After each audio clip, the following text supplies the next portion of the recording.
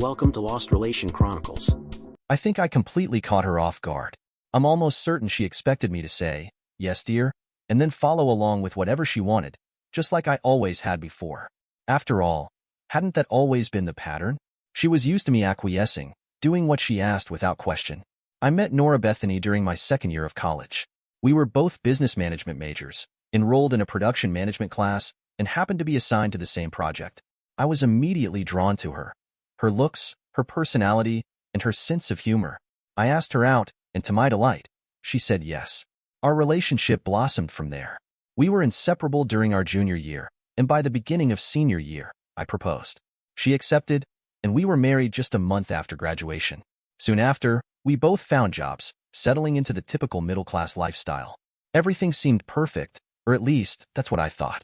Both Nora Bethany and I were thriving in our respective careers when everything began to change. After we found out we were expecting, Nora Bethany made the decision to step away from the workforce and dedicate herself to being a full-time mother. I supported her choice, knowing it would bring fulfillment to her life, while I continued to focus on my career.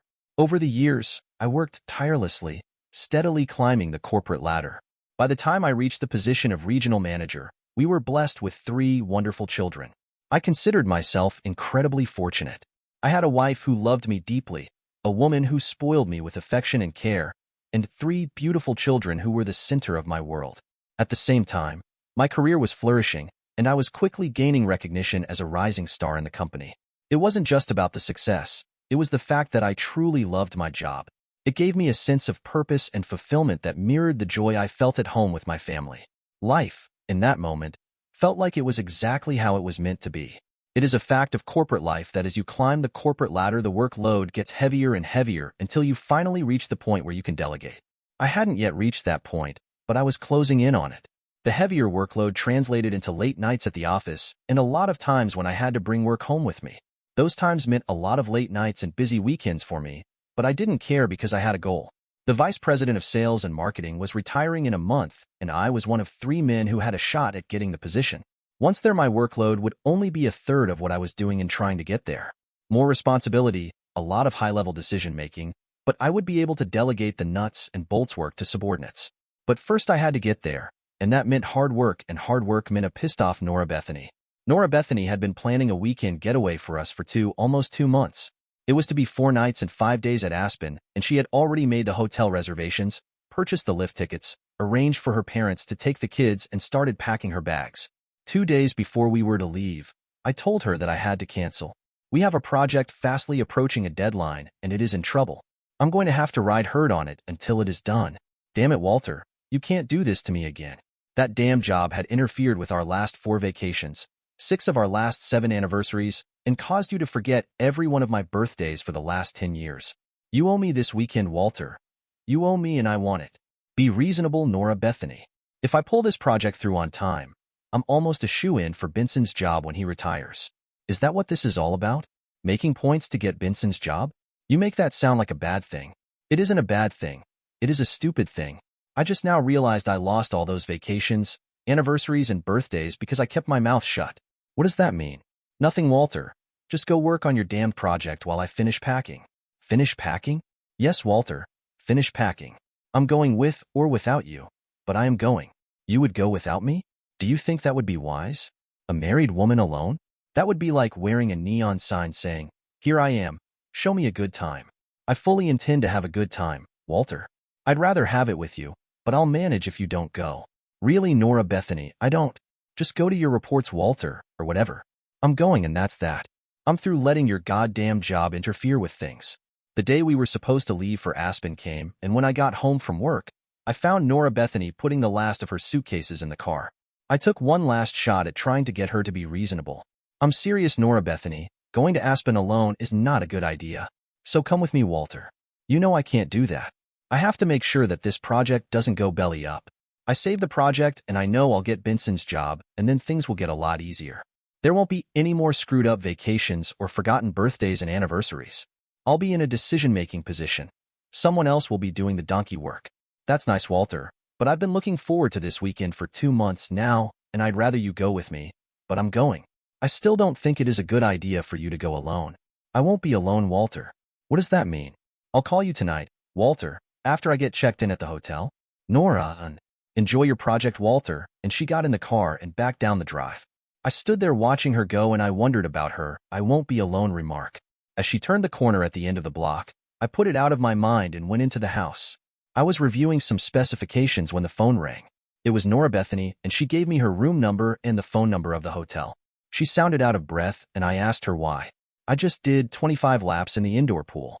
I'm curious, Nora Bethany. What did you mean when you said you wouldn't be alone? Did I say that? Yes, you did. I must have meant that I expect to get hit on a lot while I'm here. I'm not a bad-looking broad in case you have forgotten. I expect that I'll be kept on the dance floor all night. I probably won't even have to buy a drink after my first one. Well, I'm dripping wet and I need to get out of this bathing suit and take a shower. I love you, baby. See you in 5 days. And she hung up. Now, I've never had any reason to doubt Nora Bethany, but to be absolutely honest about it, it was mostly because I didn't pay all that much attention to what she did. Why should I? She kept the house spotless. She spoiled me rotten. She raised 3 great kids and I knew she loved me as much as I loved her. But 3 things just happened in the space of 6 hours that alone would have meant nothing. But taken together, they were screaming something at me. Just to satisfy myself, I called the number she gave me for the hotel, and when the desk clerk answered, I asked him what were the hours on the indoor pool, and I got the answer that I hoped I wouldn't.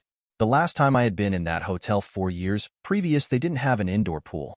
According to the desk clerk, they still didn't. Couple that with Nora Bethany's "I won't be alone" remark, and a red flag was being raised. The third thing, and the one I really didn't want to think about, was that I was almost positive that I heard someone else breathing heavily in the background while I was talking to her. All of a sudden, I wasn't as sure of my wife as I had always been. I made myself a drink, sat down on the couch and put my feet up on the hassock and tried to think of things that might have been an indication that my wife might have strayed on me. I did a lot of deep memory probing and found out that I really didn't know all that much about what went on around our house. I deferred everything to Nora Bethany. She wanted to paint the bathroom a creamy yellow. Yes, dear, whatever you want. Buy a leather sofa for the living room? Of course, dear, whatever you would like. She picked out my shirts, ties, and even my shoes, and I said yes, dear, and kept on doing whatever I was doing. She picked out the house we lived in. She picked our friends. She picked out the places where we went to eat, and she chose the films and TV shows we watched, and I just said yes, dear, and went along with it. Even this weekend that she had planned was all Nora Bethany. She picked the hotel. She decided where we were going to ski, and she even made a list of the runs we would take. She made dinner reservations for each one of the nights we were to stay there. She asked me if the arrangements were all right, and I said, yes, dear, just fine. It hit me that my wife could have been the neighborhood hookup queen, and I wouldn't have had a clue because I never paid enough attention. The next 24 hours were brutal, with all kinds of thoughts messing with my head. Then, at 10 on Friday night, Nora Bethany called and asked how I was doing. Sitting here having bad thoughts. My own fault, of course. If I was there, I wouldn't be here thinking the things I'm thinking, wondering about what I'm wondering about. And what would that be, babe? I wouldn't be sitting here wondering who it is that you were sleeping with while you were up there. There were several moments of silence from her end, and then she said, and just why would you think that? So, I told her about what I'd heard in the background when she called, and then about my call to the hotel. You lied about the pool, heavy breathing in the background, and the comment you let slip about not be alone. 2 and 2 have always equaled 4 to me, Nora Bethany. I can see we will need to have a talk when I get home. I don't see why. Your lack of outrage and lack of indignation over what I have just accused you of say all that needs to be said. Your "I won't be alone" comment before you even left tells me that you knew I probably wouldn't be going along, and you already had made other arrangements. To me, that means that this probably isn't the first time you have cheated on me, and it probably means that this weekend wasn't really meant for you and me anyway. You set up everything, even your lover. More silence from her end, and I said, your lack of response to that is just as telling. Good night. Nora Bethany, and I hung up on her. The phone rang again almost immediately, and it rang several times during the evening, but I ignored it. I was sitting at the kitchen table poring over the list of things I needed to do to keep the project on track when the phone rang. It was Nora Bethany. You hung up on me last night. Didn't have any more that needed to be said. Can't think of anything that needs to be said now, or that I need to listen to now. I've got a project I have to stay on top of, so you just go ahead and enjoy your long weekend with whomever it is you are sharing a bed with. There was a loud sigh of exasperation, and then Nora Bethany said, Walter, you do know that I love you, right? No, I don't know that anymore. If you loved me, truly loved me, this weekend wouldn't have happened. Even then, knowing what I'm thinking, I noticed that you didn't get in your car and race home to try and save your marriage. You can doubt it if you want, but I do love you, Walter, more than you can possibly realize. So please understand that I'm not saying this to hurt you. You could not bother going to work for a month, and it wouldn't affect your job. You could walk into Jared's office and piss in the potted plant in the corner, and all Jared would do is smile at you. I don't understand, Nora Bethany. What are you saying?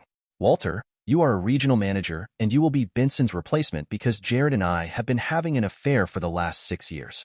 Don't let the news upset you, Walter. I love you. I really do. I sat there, phone to my ear, but stunned into silence. 6 years? She had been screwing my boss for 6 years? She had been screwing that son of a bitch for 6 years? I was a regional manager because she was screwing Jared? I hadn't gotten the job because of my hard work? Walter? Walter, are you still there? Yes, dear. We will talk about this when I get home. Yes, dear, whatever you say. I hung up the phone and then I sat there and stared at the wall. I spent the rest of the day stumbling around in a fog. I'd busted my butt for years to climb the corporate ladder only to find out that I didn't have anything to do with my success. I find out that my wife is a cheating 304 and had been for at least the last 6 years. And with Jared, my wife, born and bred in the South, was having an affair with another man. Not just another man, but one who was old enough to be her father. I tried to imagine his big body on top of my small white wife, and the image made me sick to my stomach. All the times he had smiled at me and shaken my hand, he was thinking, I'm screwing your wife, stupid, and I smiled back at him and shook his hand. I wondered how it started, but then I realized that it didn't matter. The only thing that mattered now was that it did start. Then I thought, that's 6 years with Jared. How many and for how long before Jared? Hell, if she was doing it while we were married, she was probably doing it while we were going steady and while we were engaged. Then I had a really bad thought. Were my kids really my kids? Obviously, none of them were Jared's, but could one or more be someone else's? 7 that evening, Nora Bethany called again. Are you okay, Walter? Just peachy. Nora Bethany, just peachy. So, tell me, is he with you now like he was the first time you called me? No, Walter, and I'm sorry about that. It was inexcusable of me. He isn't here right now. The reason I called, baby, is to apologize for how I dropped this on you. I should have waited and explained it to you face to face. What's to explain? You pretty much said it all. You let me know that I'm not worth a shit at my job and that the only reason I have one is that you are screwing my boss. Which, by the way, tells me that as far as you are concerned, I'm not worth a shit in bed either. I'd say that pretty much covers it all. It isn't that way, baby. You earned all your promotions. I didn't buy them for you. I just meant to say that you didn't have to worry about your job. As far as your abilities in bed are concerned, I'm perfectly happy with you. I love you, Walter. Honest to God, I do. That doesn't compute, Nora Bethany. If you were perfectly happy with me, why are you screwing Jared? You say that you love me, but how could you have done this to me if you really loved me? This weekend was never about the two of us from the start. It was always going to be for you and Jared. You and Jared both knew how I would respond to the project and trouble story. You both knew I wanted Benson's job and that I would leap at the chance to save the day. The two of you played me like a piano, and I made the music you expected me to. You probably would have gotten away with it too if you had slipped up and made that offhand comment about not being alone. You say that you love me? It has been 3 days now, Nora Bethany. 3 days during which you know that I know what is going on up there. But I noticed that you still aren't here trying to find some way to save anything from the mess you made. Goodbye, and I hung up on her. After hanging up on Nora Bethany, the phone started ringing almost every hour on the hour, and the caller ID showed as Aspen area code, so I never bothered answering it. I took the phone off the hook when I went to bed, and when I woke up in the morning, I put the handset back in the cradle, and it rang almost immediately. Caller ID said Aspen again, so I ignored it and went and took my shower. It was still ringing when I left the house for work. I stopped at Denny's for breakfast, and when I got to work, Stella, my secretary, greeted me with, "Your wife has been trying to reach you. She asked me to have you call her at this number as soon as you came in." I took the piece of paper she handed to me and watched her raise her eyebrows as I wadded it up and tossed it in the wastebasket without even looking at it. No calls from her, Stella. Just tell her I'm out of the office. I'm sorry, Mr. Hamilton, but I won't lie. I'll take messages, or I'll tell her you told me not to put her calls through. But if you are here, I won't tell her that you aren't. Thank you, Stella. I needed that. Needed what, Mr. Hamilton? After the weekend I've just had, it is nice to know that there are still honest women around. I took the paperwork on the troubled project and ripped it to shreds and dropped it on Jared's desk, and then I went into my office and busied myself with making phone calls. I took everything in me in basket and dumped it into the wastebasket and started cleaning out my desk. At 10, Stella came in. "Your wife has called 4 times, and I've told her that you wouldn't take her calls, and she said fine. Tell him that I'll just have Jared call him. See if he refuses that call." Could I ask what is going on here? It would seem, Stella, that your employer and my wife are upset that I found out they spent the weekend together in Aspen and then had the temerity to get pissed about it. Well, since I won't talk to Jared either, and he is your boss, I guess I need to get you out of the line of fire. You can honestly say that I am out of the office if either of them calls again, and I got up and left. I went home and took the phone off the hook and got busy doing what needed to be done. I didn't go into work at all on Tuesday. At 6 Tuesday evening, I put the phone back on the hook and finished up what I was doing. At 9, I heard a car door slam, and a minute or so later, I heard Nora Bethany holler out, "Honey, I'm home." I didn't answer back and just waited for her to come find me. It was a very awkward moment when she walked into the kitchen followed by Jared. She walked over to me and bent to kiss me and got a very surprised look on her face when I turned my head away. The surprised look turned into a hurt look, and then she said, "Why haven't you been answering the phone, and why wouldn't you take my calls at work?" "Because we don't have anything to say to each other anymore." Obviously, I didn't do a very good job of explaining things. I thought that might be it, so I persuaded Jared to come home with me so we could sit down and talk about this like adults. I almost smiled at that. "Well, yes, I guess that would be good. Being like adults, I mean. Why don't you open a bottle of wine and pour us all a glass so we can relax?" "Yes, dear. What would you like?" "I think we still have a couple of bottles of the Jacob's Creek Merlot left." "Coming right up," I said as I got up and went down to the basement where we kept the wine rack. I took a bottle of the Merlot back to the kitchen, and as I poured the 3 glasses, I was wondering why I hadn't just gotten up, stomped the shit out of Jared, and then tossed the 2 of them out of the house. I think it was because of the everything is fine attitude that Nora Bethany was exhibiting, and I just wanted to see how stupid she thought I really was. I took the wine over to the table and then sat down to see what was going to happen next. Nora Bethany took a sip of her wine, and then she started talking. "First, Walter, you have to understand that my love for you is deep and unconditional. You are my life, and you must believe that. I love you and only you, and I don't want to spend my life with anyone else. That said, I've become attached to Jared in a way that I can't fully explain. I don't love him. I never have, but there's something about him that keeps drawing me back. It's not about emotion. It's purely a physical thing. He means nothing to me otherwise." Then Jared spoke up. "It's true, Walter. I'm in love with Nora Bethany and have been for years. I've begged her to leave you and be with me, but she refuses. She loves you and won't leave. So I take what I can get and try to be happy with that. So, you see, Walter, you have nothing to worry about. I love you and only you." "Well, I guess that makes it all better," Walter said sarcastically. "So, this is just about some unexplainable attachment and nothing else. Silly me. Here I was worrying for nothing. I'm glad we got that cleared up, baby. Why don't you just go on upstairs to the bedroom while I say goodnight to Jared? I'll be up in a little while, and we can make love." I looked at her and started laughing. I laughed so hard that I had tears in my eyes. I got myself under control, and then I backhanded Jared so hard that he and his chair went backwards onto the floor. He scrambled to get up, and by the time he was on his feet, I was standing in front of him, and I smashed him in the mouth 3 times, and he went back down. I kicked him 3 times hard in the crotch, and then I leaned down, grabbed his shirt front, and pulled his face up to within inches of mine. "Consider that my resignation, you son of a bitch," and then I slammed his head back down on the floor and headed for the door. "Where are you going?" asked Nora Bethany. "I'm going home." "Home? You are home." "No, I'm not. When I found out what you were doing, my first thought was to throw your cheating butt out on the street. Then I thought of all the memories of you that the house would keep pushing at me, and I decided that I would be the one to get out. I rented an apartment Monday, and I spent yesterday moving into it. That's my home now. Don't do this to me, Walter. I love you. You know I do. I don't want you to leave me. Please, Walter, I don't want to lose you. You should have thought of that before you decided to get involved with Jared.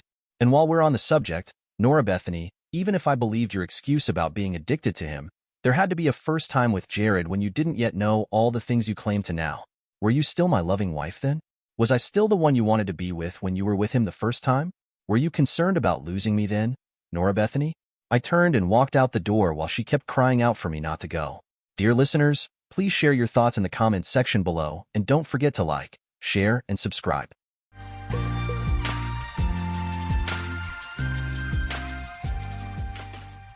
Before things fell apart, my life was simple. Some might say boring. I had a routine that felt secure and comfortable, with predictable days of work, home, and occasional outings. Marty and I had been together for years. Our marriage wasn't perfect, but it was familiar. We had our ups and downs, but we always found our way back to each other. I remember when the changes started, creeping in slowly like a fog. I began feeling restless, questioning if this was all life had to offer. The spark in our marriage faded, and I noticed things I hadn't before. Marty seemed distant, buried in work, and I felt more like a roommate than a wife. That emptiness began to gnaw at me. People often think my job is dull. As a CPA leading an audit team, I spend my days analyzing the finances of businesses and individuals. When the IRS investigates, we dive into their books, sometimes for weeks.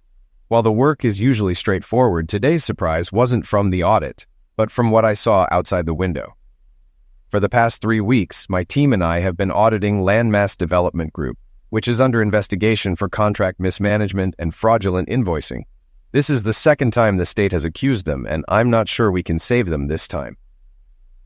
My team consists of 3 expert computer analysts, Red, Yin, and Jackie, who can find anything in the data. We also have 2 relentless accountants, Adriana and Mandy, who are thorough and won't tolerate any dishonesty. My job is to manage the client relationship and compile the final audit report. Landmass provided us with lavish offices, complete with city views and all the equipment we needed. My office, at one end of the 21st floor, belongs to a managing partner on leave. It's a grand, over-the-top space filled with dark wood, antique furniture, and even a stuffed marlin. It gave me a sense of how Landmass spent their money. During a break, I found myself staring out the window at the office building across the street, which houses Enterprise Research and Development, where my wife Cheryl works. I couldn't see into the offices from my desk, but I knew Cheryl's was on the 20th floor. I eventually spotted her windows, but couldn't make out anything inside. That's when I noticed the giant brass telescope in the office. After adjusting it, I focused on Cheryl's office. I could see her clearly now, working at her desk. My mind wandered, and I thought of Cheryl at home, smiling down at me, and then removing the black silk negligee I bought her in Paris. My phone rang, pulling me back to the Landmass audit. "Hello?" I answered. "Hey, boss," Mandy said. "Want to join us for lunch? Red found a little cafe nearby that might become our favorite spot." "Interested?" "Thanks, Mandy, but I've got calls to make. Could you bring me a tuna salad sandwich and a soda? Maybe tomorrow?" "Sure, just remember to take breaks and go home at a reasonable time." "Will do." "Thanks, Mandy." After hanging up, I returned to the telescope. This time, I saw Cheryl wasn't alone. A man from her Christmas party, Brad, was leaning against her desk. I didn't like how much time he spent with her, but she brushed it off, saying he was a boss she had to impress to advance. I didn't think much of it. Until now. I watched as they talked, seemingly about work. But then he shut her office door and pulled a chair close to her. Cheryl put her feet, in stockings, on his knees, and he started massaging them. My heart raced. I thought I was the only one who did that for her, he continued, moving his hands up her legs. Cheryl's head leaned back in pleasure, and he massaged her calves, even spreading her knees apart. "What's going on?" I muttered. Cheryl seemed to enjoy every bit of it. Suddenly she jumped, said something to him, but he kept going. My heart pounded as I paced the room. I finally grabbed my phone and dialed her office. Cheryl answered sweetly, as if nothing was happening. "I just wanted to tell you I love you." I struggled to speak, my voice wavering. "That's so sweet. I love you too," Cheryl replied warmly. "Yeah, I was just thinking about you and can't wait to see you tonight," I added, trying to keep the conversation light. "I can't wait either, but I'm a little busy now. Can I call you after lunch?" she asked, her tone shifting to one of distraction. "Sure. Enjoy yourself. Bye." I forced myself to hang up, then watched as Cheryl flipped off her phone, while also flipping me off in her actions. She leaned back in her chair, climaxing in the arms of another man, all while I watched helplessly from across the street. My world shattered. The last thing I saw was Cheryl straightening her skirt and kissing him. I must have collapsed, because when I opened my eyes, Mandy was beside me, her face filled with concern. "Boss, what happened?" "Adriana's calling emergency," Mandy said, her voice urgent. "I don't know. I think I passed out," I muttered, still in a daze. "Just relax. The paramedics are on their way," Mandy reassured me, holding my hand. I closed my eyes, haunted by Cheryl's betrayal, and began to cry. Mandy stayed with me, offering silent comfort, but the tears wouldn't stop. Later, I heard voices as paramedics arrived. They checked my vitals, placed an oxygen mask on me, and began their procedures. "Hello, Mr. Hughes. Can you tell me what happened?" one of the firemen asked, his voice steady and professional. "I was just looking out the window and everything went black," I replied, trying to keep my voice even. "Have you been under stress? Your blood pressure is very high," the fireman noted. "Well, yes, no," I stammered. unsure of how to respond. "How do you feel now?" he pressed. "I'm okay," I lied. "I guess I should have started that blood pressure medication." "Sir, can you sit up? I'll take your pressure again." He helped me to the couch and took another reading. It was still high, but better. I insisted I didn't want to go to the hospital. "Do you think you'll be okay now?" the fireman asked, his tone cautious. "I'll be fine. I'll call my doctor." "Thanks for helping," I said, trying to sound convincing. After they left, I slumped on the couch with Mandy still holding my hand. I forced a smile. "Are you going to be okay?" Mandy asked softly, concern etched in her features. "I don't know. I think I'll take the rest of the day off," I replied, feeling utterly drained. "I don't think so," Adriana interjected firmly from her position by the window. "You're not going anywhere until you tell us the truth. We're your friends, Marty. Now spill." Red, Yin, and Jackie gathered around, all looking concerned. "Nothing happened. I just passed out," I insisted weakly. "Nonsense," Adriana shot back, pointing at the telescope by the window. "What did you see?" All the sadness and panic came rushing back, and I started to hyperventilate. "Marty, relax," Mandy whispered, trying to soothe me. "Whatever it is, we're here for you." "No, it won't be all right," I mumbled, my body trembling. Adriana joined Mandy on the couch, her arm around my shoulders, trying to comfort me. "Red, get some ice and water. Yin, put the in-conference sign on the door. Jackie, get some chairs. We're having a team meeting," Adriana instructed, taking control of the situation. Soon, we sat in a circle. Mandy and Adriana kept their arms around me as Mandy gave me ice water. Adriana gently turned my head to face her. "Okay, Marty, no more BS. What did you see?" I told them everything, leaving nothing out. At the end, I was too exhausted to cry, just staring at my hands, thinking about my ruined life. "What do you want to do, Marty?" Adriana asked softly. I loved Cheryl deeply and didn't want to lose her, but what I saw through that telescope changed everything. I needed to know the truth about our marriage. "Guys, I have a problem, but I don't want you involved," I said. "But Marty," Jackie interrupted, looking me in the eyes. "We're a team, and more than that, we're friends. We'll help you through this, short of liquidation, that is," Mandy added. "She's right, Marty. You might feel like you want to die, but as long as you have friends, there's hope. We'll be by your side. Just lead us like you always do." Silence filled the room as I thought. I needed to know the truth, everything Cheryl was hiding. Only then could I decide what to do. "I need to know," I finally said. "Everything. Who, how long, how many times, and why. Why did she do this? Is it something wrong with me?" "Don't blame yourself," Adriana said. "You've always been a gentleman and a friend. We'll get to the bottom of this, and no matter what, we'll be here for you." "Guys, we need a plan," Mandy said. "Red, Yin, and Jackie, focus on what's happening at her work. Adriana and I will handle the personal stuff. Let's regroup at 4 o'clock. Marty, go lie down in my office. Stay away from that telescope. You've seen enough." I lay down on Mandy's couch, but all I could think about was Cheryl with that man. The image of her flipping off the phone, and me, burned in my mind. At 4 o'clock, Yin popped in and told me the team was meeting in my office. I've always liked Yin, quiet but wise beyond her years. She took my hand and walked me down the hall. Back in our seats, Adriana led the meeting, taking notes as we planned to uncover Cheryl's secrets. It felt strange to be plotting this, but I didn't say anything. I mostly listened while the team discussed the plan. When it was done, everyone went off to their tasks, like on any audit. My job was to pretend to work and hand over my credit card for supplies. "Marty, can you go home tonight?" Mandy asked. "I don't think I can face her," I muttered. "I'll stay here until she's asleep, then sneak in. I don't trust myself not to say something I'll regret." "Could you take a business trip?" she suggested. "Maybe. I need to think of an excuse to avoid her this weekend." "If you need a place to stay, you can use our guest room," she offered. I stared through the telescope at Cheryl's empty office, replaying the painful images in my mind.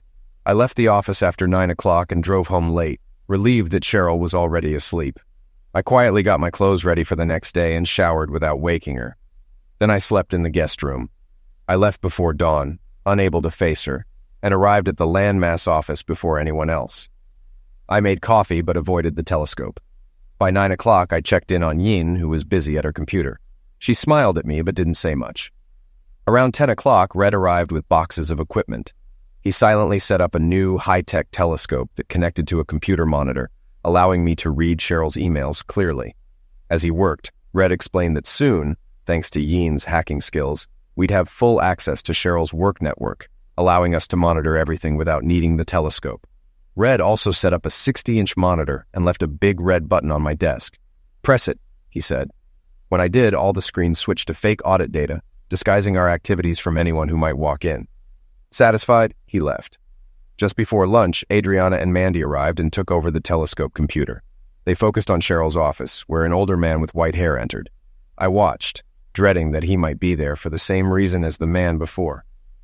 Mandy looked at me with concern. "Marty, maybe you should go to my office for a while. You might not want to watch. If things happen like yesterday, I don't want your blood pressure spiking again." I didn't say anything, just got up and left. An hour later, Mandy joined me at her computer, where I was playing blackjack. She put her arms around me and rested her head on my shoulder. "Mandy, I both don't want to know and need to know. Did anything happen?" She nodded and my heart sank. "What?" I asked quietly. She hesitated before saying softly, "BJ." It felt like a hammer hit my chest. One word, and I was a mess again. "Marty, we recorded everything. Red set it up in case you need it later, maybe for a lawyer, but I suggest you don't watch it. It'll just hurt more. Let's get you something to drink." Mandy guided me back to my office, which now resembled a war room with screens showing various views of the building across the street. Ian explained, "That's a display of the security cameras on the 20th through 24th floors. We can see almost everything except the bathrooms and some manager offices. We can control the cameras and record whatever we need." Red then called me over. "You're watching your wife on her computer. We can see everything she does. Right now, she's working on an email. No big deal, but I'm downloading all her emails from the past 5 years. Her schedule is synced with her phone, so I copied that too. Their security is terrible." I sat down at my desk, feeling overwhelmed by everything that had happened. Then my phone rang. "Quiet, everyone," Red instructed the room. "Go on, boss." I answered the call, trying to steady my voice. "Hello?" "Hi, honey, it's me," Cheryl's voice came through. I quickly glanced at the monitor, seeing her sitting alone at her desk. "Hey, what's up?" I asked, attempting to sound casual. "You worked late last night, and I miss cuddling with you," Cheryl said with a hint of longing. "Are you going to be late again tonight?" I couldn't face the truth, so I lied. "Probably. This audit is tough, and I might have to help my dad with his plumbing this weekend." "Sorry." "Oh, I was hoping for some one-on-one time," Cheryl sighed. "I bought a new outfit, and I wanted you to be the first to see it. Maybe next weekend?" "Sounds nice. Let's plan something special then," I replied, trying to sound enthusiastic despite the heaviness in my chest. "Okay. Love you. Bye," Cheryl said, her voice softening. I couldn't bring myself to say "love you" back. I watched her hang up, noticing that this time she didn't flip off the phone. It struck me that it was because she wasn't with anyone else during the call. Just then, Jackie burst into the room looking triumphant. "Someone bring up the second camera partition," she exclaimed, tossing me my keys. "I just finished wiring your house for pictures and sound. We can now monitor everything that happens there." "Yeah, neat," I replied sadly, unable to share in her enthusiasm. Everyone spent the day working at their computers, likely splitting their time between monitoring Cheryl and the audit. I hoped they were still focusing on the audit. One by one, they said goodnight and left. Mandy was the last to go. "Marty, you should go out and eat," she said, standing in front of my desk. "Don't drink too much, but do something to take your mind off things. Maybe see a movie. Tomorrow's Friday, and I'll be in early to finish my part of the audit. Get away this weekend and think about what you want to do. We'll talk Monday. Remember, you're not alone. You have friends. Good night." After she left, I thought through my options, even writing down possible solutions with their pros and cons. But the emotional weight was too much. In the end, I left the paper on the desk and went home at midnight. I took Mandy's advice and went out for dinner, but I couldn't eat much of the steak I ordered. When I got home, Cheryl was asleep again. I quietly packed clothes for the weekend, showered, and slept in the guest room. I left before she woke up, avoiding her as best I could. At the office, I watched Cheryl arrive through the telescope. She had her usual coffee and bagel and reviewed her schedule. At noon, I noticed the words "all 4" marked on her calendar, and dread filled me. Given her recent lunchtime activities, I knew this couldn't be good. Despite my team's concerns, I decided to watch whatever happened today. I gathered them for a quick meeting. "I can't take this much longer," I said. I'm going to watch today, alone if possible, but someone should be nearby in case I don't handle it well. This weekend, I'll figure out what to do, and I may need your help, but if things get bad, I want you far away from the fallout. No discussion on that. Also, we need the audit done by next Friday and all this equipment gone. Everyone returned to their desks, and I monitored the situation. As noon approached, I grew more anxious. At 11:30, Cheryl disappeared from view. "Marty, I'm here to babysit," Mandy said, locking the door. "Everyone wanted to, but I insisted. We're all here for you." Her words gave me some comfort. A few minutes later, Cheryl reappeared on the screen, now wearing the little black dress she described on the phone. It was stunning, but not something I'd want her to wear in public. She looked incredible, but I knew she wasn't dressing up for me. She was doing it for someone else. Mandy took my hand, and I felt her trembling as we watched Cheryl prepare. She was waiting for someone, and soon, the first man arrived, the same one from before. They kissed passionately. Then another man entered, followed by a third, and finally a fourth. Now, I understood what all four meant. I watched in disbelief as Cheryl kissed each man in turn. They stood around her, laughing and talking, with Cheryl at the center, clearly enjoying the attention. Mandy whispered that one of the men was the same as the day before, and the words she used burned in my mind. We continued to watch as Cheryl reveled in the moment with her coworkers while my heart shattered. The four men sat down, 2 on the couch and 2 in office chairs, facing Cheryl, who stood by the window. She started dancing, swaying to music I couldn't hear. I'd seen her dance solo before, just for me, but now it was different. She danced around the room, brushing her fingers across the men's shoulders, and instead of excitement, all I felt was dread. Back in the corner, Cheryl undid her halter top, letting the dress fall to the floor. Smiling, she moved through the men who reached out to touch her. Each time they did, I flinched. Mandy gripped my hand tightly as Cheryl stood in the middle, smiling and touching her own body, clearly enjoying the attention. It crushed me. Then they started having sex. I couldn't take it. Mandy whispered, "It'll be over soon," while comforting me. When I looked back, I saw Cheryl with each man in turn. Mandy held me, crying for me as I watched. Afterward, Cheryl picked up her dress, wiped herself down with a towel, and changed into her usual business attire as if nothing had happened. But everything had changed. Our marriage was over. Though my heart raced, I remained surprisingly calm. Mandy's soft sobs brought me back to the moment. "It's all over, Mandy," I said quietly. She asked me how I was doing. "Not great, but better than the other day." "I'm numb," I admitted. "This weekend will be rough." "What can I do to help?" she asked, her concern evident. "I'm not going home," I replied, making a decision.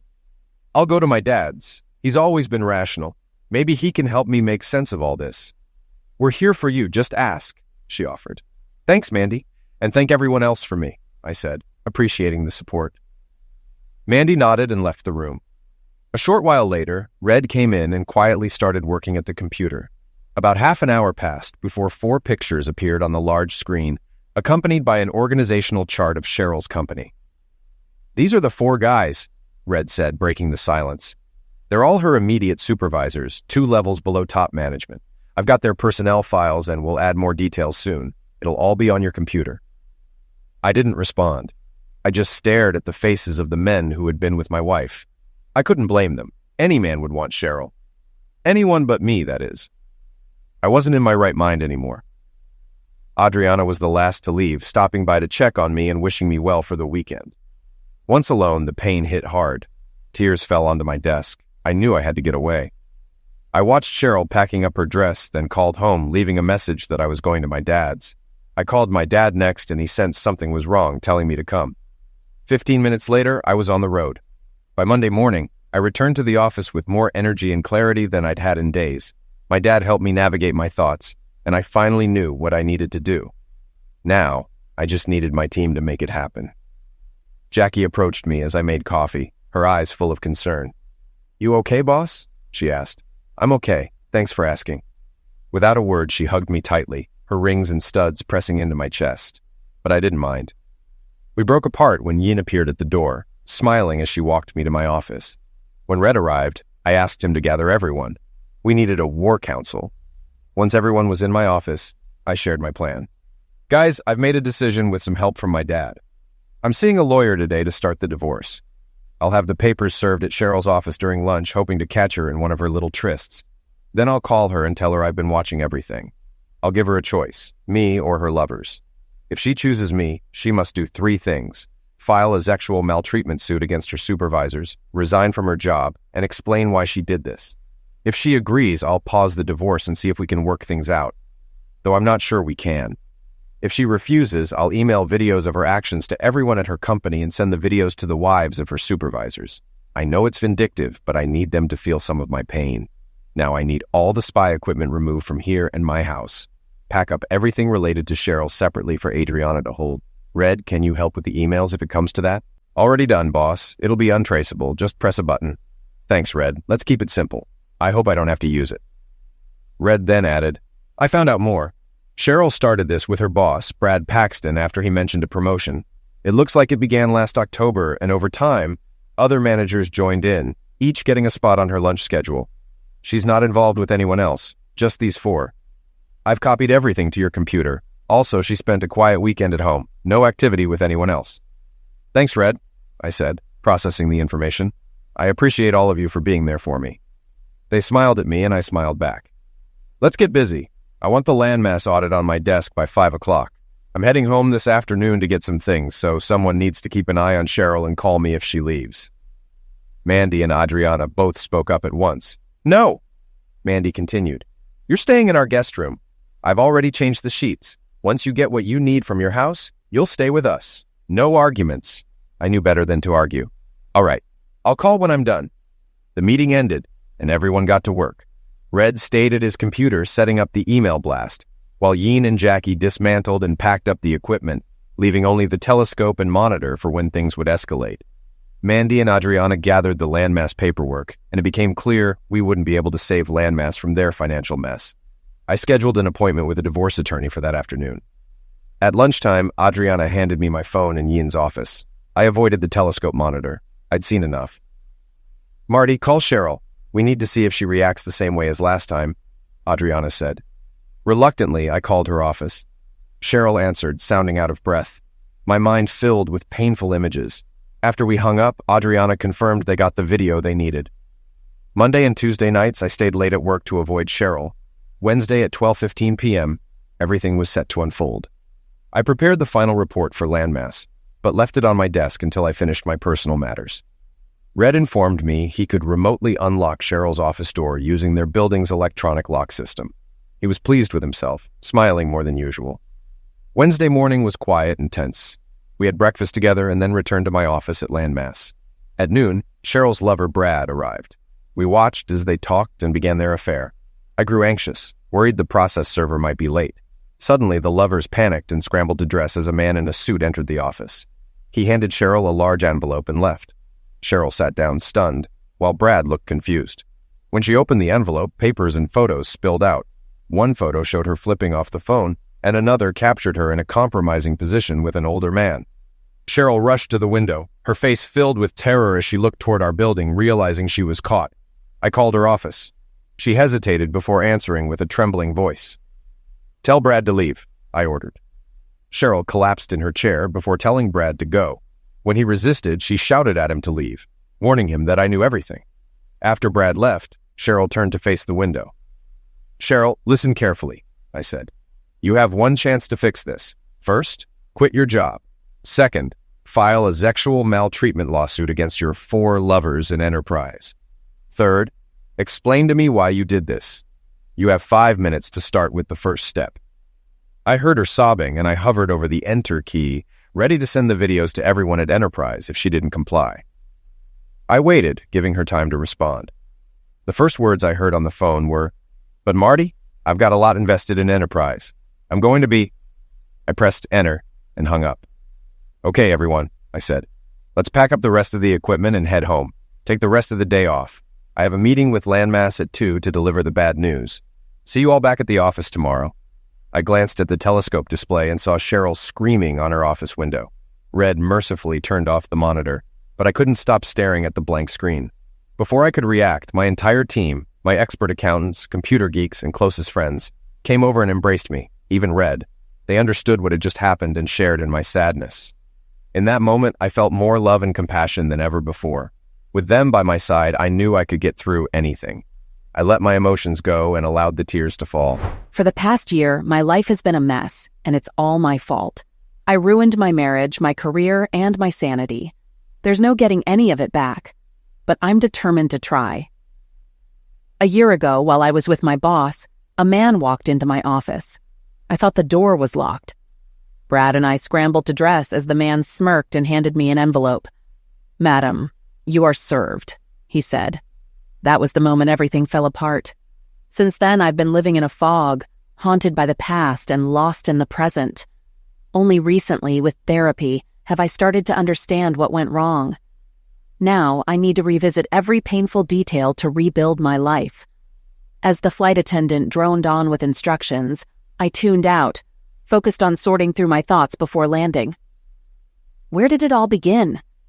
My therapist says it started in childhood, but I'm focused on the events that led to cheating on my husband. It was a cloudy Friday in October. My supervisor, Brad Paxton, called me into his office before lunch. He smiled and asked me to close the door. After working under him for 8 years, I was surprised when he told me I was his top choice to replace Ambrose St. John, who was retiring as logistics supervisor. Excited, I asked what I could do to prove I was the best choice. Brad suggested discussing it over lunch at Le Chateau, a fancy Boston restaurant, the following Wednesday. At lunch, Brad had wine ready and asked me about my life, dreams, and ambitions. Then he leaned in and asked, "What are you willing to do for my recommendation?" "I work hard," I replied, trying to keep things professional. But Brad hinted at something more. Back in my office, I realized he was implying sex. I spent the weekend wrestling with the idea, weighing the pros and cons. By Monday, I convinced myself I could separate work and personal life. At lunch, I asked Brad directly, "Did you mean sex by anything?" Brad grinned and confirmed it, but I set conditions. Only at work during lunch, no one else would know, and it would end when I said so. Brad agreed, and that's how it started. Our first time together wasn't memorable. Brad and I were nervous, fumbling through it. Afterward, I cried for the first time since getting married, but I convinced myself it was for the greater good, advancing my career. I rationalized it by pretending my marriage was in trouble, a mind game to ease my guilt. Over time, our meetings became routine. One time, Marty called while Brad and I were together. I hurried through the conversation and flipped off the phone afterward, lying to Brad that Marty and I weren't getting along. Then, Ambrose found out. He threatened to expose our affair unless he could join our meetings. With no choice, I complied. Now, I had 2 office lovers. Later, I learned Ambrose had no real evidence, but by then, it was too late. He had manipulated me into it. In January, Ambrose brought another manager, Tom, into the mix, and they both took turns. Now, I had 3 lovers. By Monday, I dreaded the week ahead, especially Tuesday. But when Tom arrived, I realized I wanted him more than expected. Afterward, guilt overwhelmed me, and I couldn't look him in the eye. "Did I hurt you?" Tom asked, concerned. I forced a smile, saying, "No, I'm okay," though tears welled up. Wednesday, it was Brad, and Thursday, Ambrose. I began to wonder if they were comparing notes. Then, one Friday, all 3 showed up together, and I entertained them simultaneously. The only manager not involved was David Loretta, but that changed when he came by on a Monday expecting the same. Now, I had 4 lovers. That evening, Marty messaged me, saying he was going to his father's for the weekend. I didn't think much of it, made dinner, watched TV, and realized how much I missed him. Without Marty, it felt like a piece of my heart was missing. Before bed, I took a bubble bath and fantasized about Marty. On Wednesday, my world crumbled. Brad and I had just started our status meeting when a man in a cheap suit walked in. "I locked the door," I exclaimed as we scrambled to dress. The man smirked, standing by my desk. "What do you want?" I demanded. "Are you Cheryl Hughes?" he asked calmly. "Yes, that's my name. Who are you?" He handed me a manila envelope. After a moment, I took it. "Madam, you are served," he said, and left. I collapsed, trembling as I opened the envelope. A divorce petition was on top. Too stunned to speak, I tried to grasp what was happening. Brad asked what it was, but I didn't respond. I saw photos of me with Ambrose, and the reality hit hard. "How did he get these?" I muttered, staring out the window. Across the street, another building loomed, and I realized the photos were taken from there. Panic set in as I pressed my hands against the glass. The phone rang. I knew who it was. Slowly, I answered, trembling. "Tell Brad to leave," Marty growled. "Brad, go away," I whispered. "It's my husband." Brad hesitated, but I snapped. "Just go, he knows everything." After Brad left, I waited for Marty to speak. "Cheryl," his voice was cold, "you have one chance to save everything. Understand?" "Yes," I sobbed. "Quit your job, file sexual maltreatment suits, and explain why. You have 5 minutes to start." I hesitated. "But Marty, I've invested so much in Enterprise. I'm about to be the first female manager." But the line was dead. Desperate, I screamed at the window, realizing I destroyed everything. Marty knew, and he was divorcing me. "What have I done?" I wailed. A knock interrupted my breakdown. Ambrose stood there, glaring, the whole office watching. "You filthy liar!" he spat before slapping me hard, knocking me down. Tom and Brad quickly dragged him out. A coworker sneered. "Now I'm sure to get the promotion." Everyone knew. All I understood was Marty was leaving me. I tried calling him repeatedly, but he never answered. Then I saw an email. Hoping it was Marty, I opened it. It was a video of me with Brad. Horrified, I watched as it ended with Porky Pig saying, "That's all, folks." I collapsed, sobbing. Security came in, giving me an hour to pack and my termination letter. Through tears, I packed my things, realizing 9 years of work at Enterprise vanished. I'd messed up, not just at work, but with Marty too. I rushed home, hoping to talk to Marty, but he was gone, leaving a note. "Cheryl, don't contact me. Call my lawyer. Sign the divorce papers and let's end this quickly. You've done enough damage. Marty." Devastated, I cried for days. The divorce papers cited irreconcilable differences instead of infidelity. A week after leaving Enterprise, a lawyer contacted me about a sexual maltreatment suit against the company. Somehow, he had all the evidence, and I suspected Marty was behind it. We settled for $100,000. Enterprise fired 3 managers, and Ambrose retired. Afterward, I called Marty's lawyer asking when we could talk. His response was cold. "Why did you flip off the phone?" I called again, but each time he asked the same question until I gave up. A month later, I called my cousin in Cincinnati. She invited me to move in with her. After a week of thinking, I signed the divorce papers, packed, and left most of my belongings for Marty. I left a note, asking him to call me, but he never did. In Cincinnati, I spiraled into depression and even attempted to end my life. My cousin found me and called paramedics. In the hospital, I started therapy, slowly coming to terms with my actions. I realized I didn't want to die. I wanted to live and maybe get Marty back. My therapist helped me create a plan to understand why I did what I did and rebuild my life, though he warned getting Marty back might not be possible. 4 months after leaving Boston, I received the final divorce papers. The settlement gave me $100,000, but no alimony or part of Marty's business. We agreed to sell the house and split the profits. After 2 months of therapy, I felt like I was still standing in the ruins of my old life. As I flew back to Boston, I replayed everything in my mind, knowing I'd made huge mistakes, but also recognizing how far I'd come in understanding them. I hoped Marty would listen to my story, though I knew it was unlikely. The plane ride felt endless. As we neared landing, I kept hoping for a different outcome, but knew I had to face reality. The captain announced our descent, waking me from a brief nap.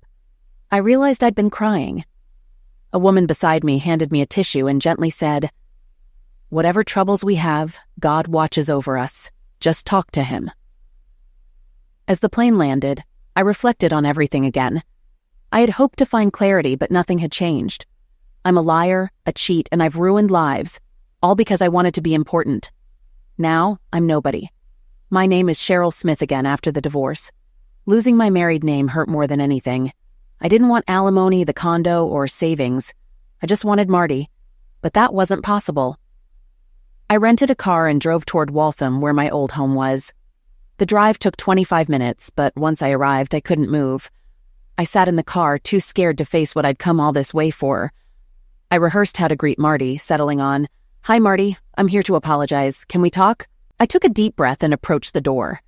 Everything looked the same, except the azaleas I'd planted were gone. I rang the doorbell and waited nervously.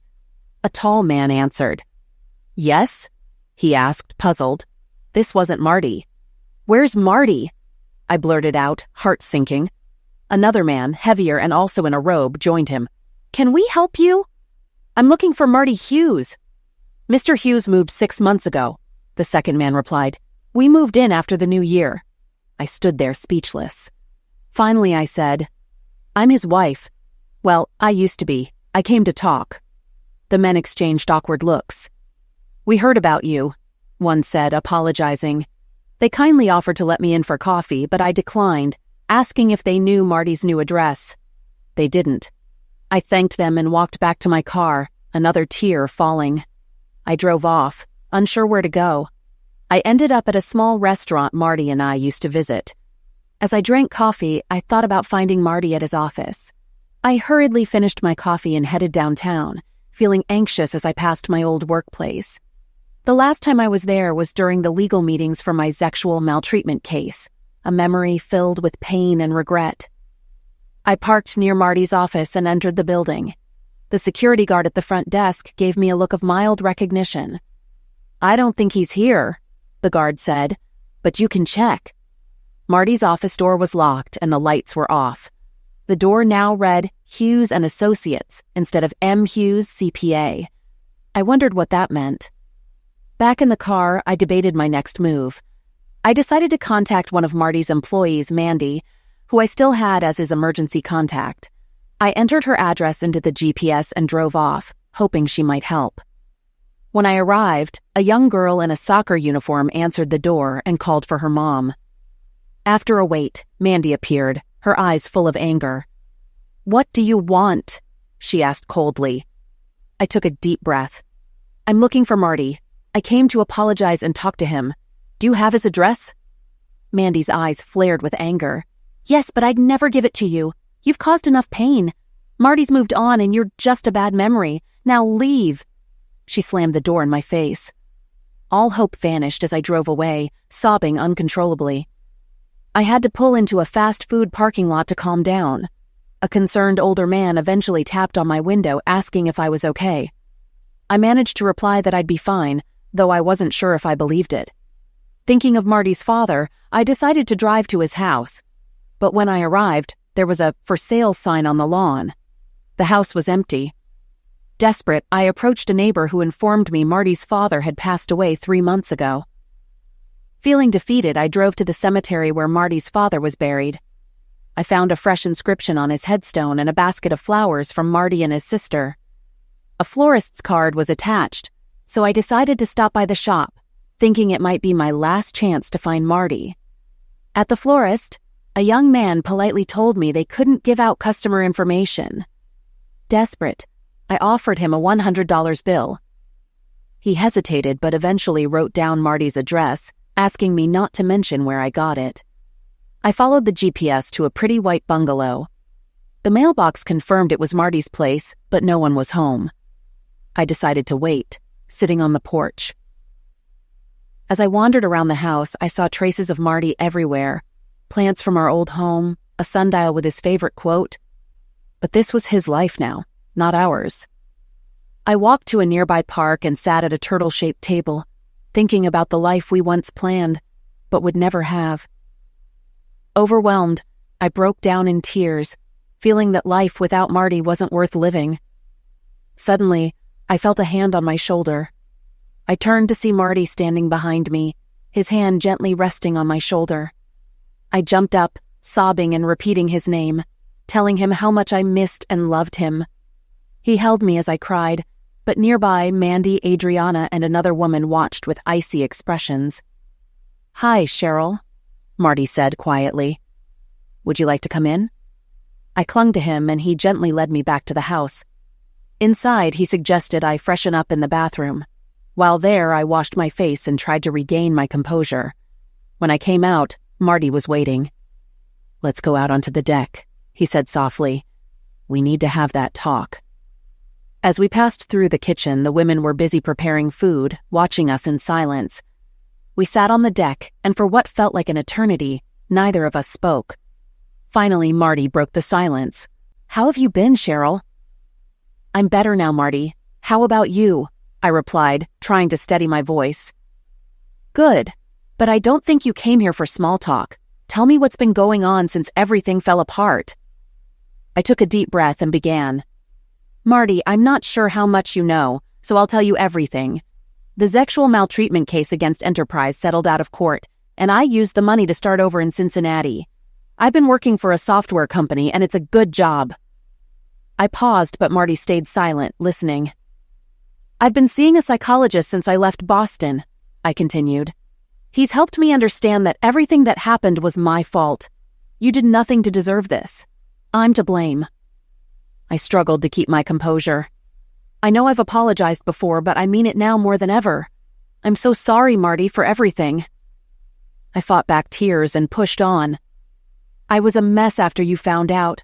I even tried to end my life once, but my therapist helped me realize it was a desperate act, not meant to hurt you further." Marty shook his head, his eyes filled with emotion. "My therapist helped me see that my low self-esteem led me to make terrible decisions. I thought sleeping with Brad would guarantee a promotion, but I later learned I was already recommended. It spiraled out of control and I made horrible choices." Marty shifted in his chair but didn't speak. "I'm not making excuses. I wasn't coerced, I did it willingly. And when you sent that email, I realized how deeply I'd hurt you. I would have accepted any punishment if you'd just listened to my apology." I paused, trying to gather my thoughts.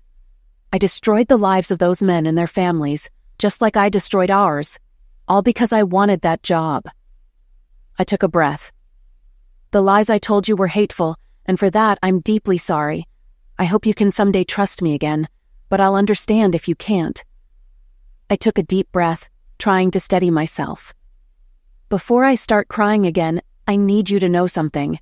The sex I had with those men meant nothing compared to one night in your arms. With them, it was just sex, but with you, it was love.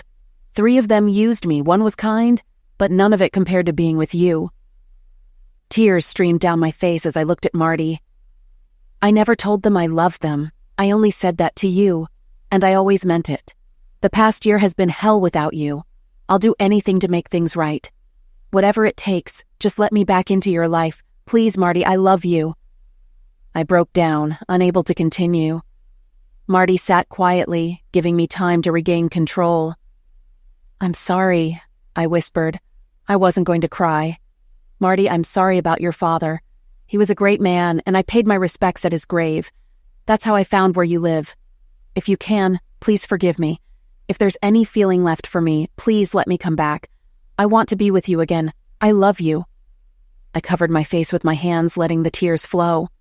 The whole time, Marty listened without saying a word. I couldn't look him in the eye, unsure of what he was thinking. Just then, Adriana appeared at the door. "Excuse me, dinner's ready if you want to eat." Marty looked at me gently. "Do you want to take a break? We can get something to eat." "I'd like to clean up first," I said, wiping a tear. Marty led me to the bathroom, and after freshening up, we headed to the dining room. 5 people were now at the table, all watching me with a mix of curiosity and judgment. Dinner was awkward and silent. The food tasted like cardboard as I nervously forced down a few bites. Marty sat across from me, his expression unreadable. After dinner, the tension returned. Mandy and Adriana cornered me by the fridge. Mandy glared at me. "I want you gone as soon as you're done. If you hurt him, I'll make sure you regret it." Adriana added, "If he sheds a tear because of you, I'll find you and make you pay. He's moved on, so leave him alone." The others stood by, watching. I felt trapped, but knew I had to stay for Marty. Marty returned, rescuing me. "Cheryl, let's finish our talk outside," he said calmly. I followed him, relieved to escape the hostility. We sat back on the deck. "Cheryl, I appreciate your honesty today," Marty began. "I sense a change in you, but I need an honest answer to a question. Then we can talk about us." I braced myself, knowing it would be tough. "Okay," I whispered. Marty looked directly at me. Why did you give me the finger after our call when you were with those guys? I knew this question was coming. Marty, I've done a lot of stupid things, but that was the worst. I convinced myself, and the man I was with, that you were a bad husband to justify my actions. It was all a lie. I'm sorry you ever saw it. Marty nodded slowly. I believe you're being honest, but that act of disrespect hurt more than anything else. It made getting past what you did impossible. His words crushed me. Is that why you wouldn't talk to me? I asked softly. Partly, Marty admitted. I was so angry. I didn't want to hurt either of us more. It took my friends a long time to get me to this point. We both took a moment to breathe. Okay, Cheryl, Marty said finally. I'll give you the short version of my life over the last year. I listened closely as he began to share his side of the story. When I hit send on those emails with the videos of you and your lovers, I was furious, angrier than I'd ever been. I felt like I could eliminate someone, even you, he said bluntly. On the outside, I seemed calm, but inside I was a volcano. I wanted to hurt you, to destroy everything you cared about, including me. He paused, looking down at his hands. I wanted you to feel the same pain I did. Sending those emails to your supervisor's wives was my way of getting back at the men who took you from me and helped ruin our marriage. I blamed you, but I blamed them too. Everyone paid for it, including me. Marty sighed. After that, I got threatening calls and emails, some from your co-workers and friends of those men. I tried apologizing to their wives, but they were too hurt to listen. One even spit in my face. Still, they used the footage in their divorce cases. He looked at me, pain in his eyes. I stayed at my dad's for a while, trying to get my head straight. He helped me calm down, but eventually I had to deal with things on my own. By the time I got back, you were gone. I didn't try to find you or call. I was glad you were gone, even though it left a huge hole in me. His voice softened. I cried for days until my friends staged an intervention. Mandy and Adriana practically mothered me, and Yin made sure I ate, exercised, and kept my work in order. Even Jackie tried to get me out of my comfort zone. Red brought over DVDs and beer, and we had a guys' weekend. It was cathartic. After 3 months of self-pity, I finally started living again. Marty took a deep breath. I sold our condo after you signed the divorce papers. It took a while, but by then I was already living here. Moving here was a fresh start, something I desperately needed. When I got the final divorce notice, I almost slipped back into depression, but Yin helped me stay on track. He paused, then added, Oh, and I should tell you, your video ended up on an amateur site. Red found it, but I didn't post it. I'm sorry it got out. I'll give you the URL. Marty sighed again, his expression resolute. I put your share of the condo sale, $22,000, in the bank. I'll write you a check tonight. I didn't send it before because I didn't want to face you. He looked me in the eye. Now you asked me to forgive you. Cheryl, I forgive you. Not for your sake, but for mine. I can't carry that hate anymore. But I don't love you anymore either. His words hit hard. Forgiving you doesn't mean forgetting, he said softly. What I saw in those videos destroyed every good memory we had. Our hopes, dreams, everything, gone. I've let go of the hate, but I'm also done with love. I'm moving on, Cheryl, and there won't be a Mrs. Marty Hughes with your name. I sat there devastated, sobbing quietly. My life felt over. Marty handed me tissues and left me alone. When I looked up, I saw him in the kitchen, surrounded by his friends. The young Asian woman leaned her head on his shoulder, and I finally understood. He had moved on. I cried until it grew dark, then composed myself enough to head out. In the living room, Marty handed me an envelope with my share of the condo sale and the video's URL on the back. Just like that, it was over. My hopes of getting him back were gone, along with the last bit of my self-respect. I had to start over, without him. Marty walked me to my car. I held his hand one last time, whispered goodbye, and kissed his cheek. As I opened the car door, I hesitated, then turned to look back. What I saw shattered me. Marty stood with his arm around the young woman's waist, and his friends were behind him, each flipping me off. The message was clear. Screw off. Now, I truly understood Marty's pain.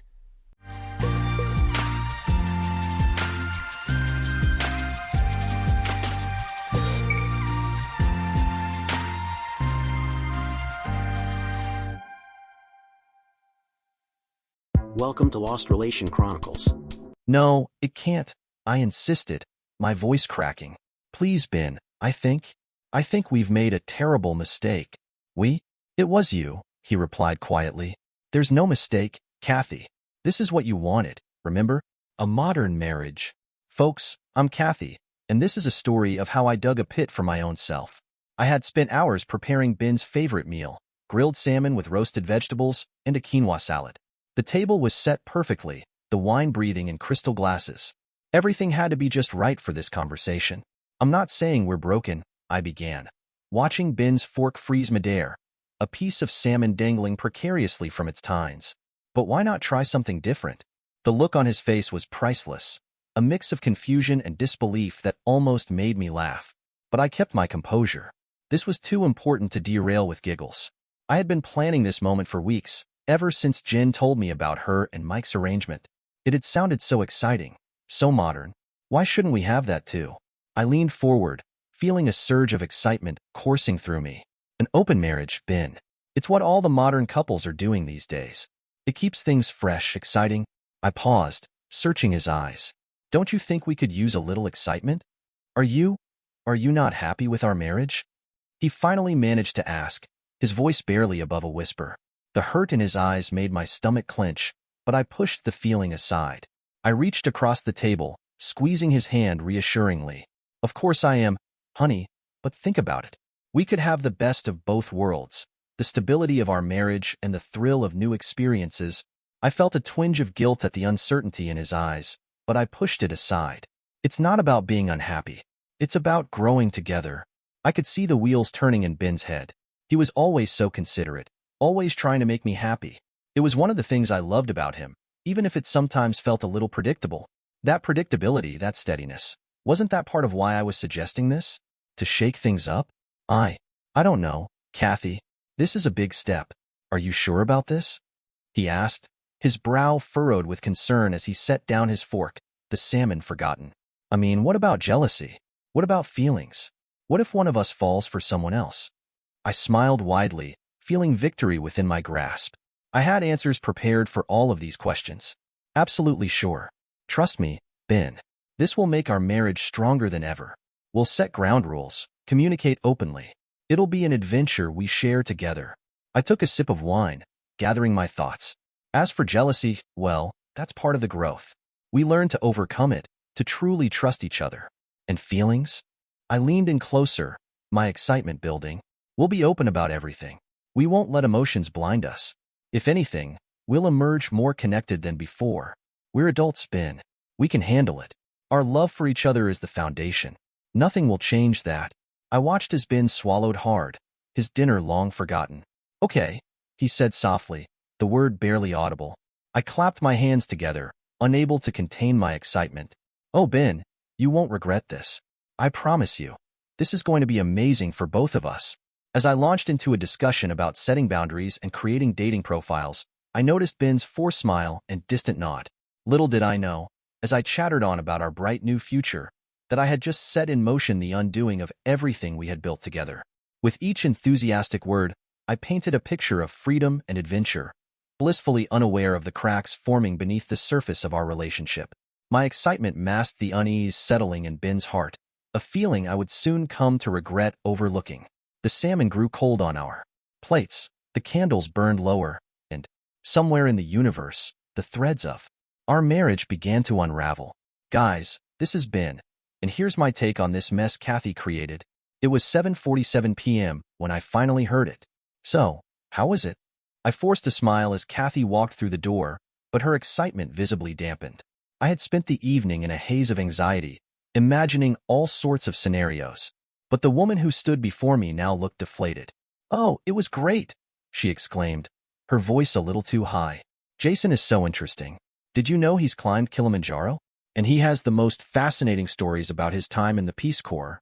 I nodded, trying to look interested while fighting the knot in my stomach. Sounds like quite a guy.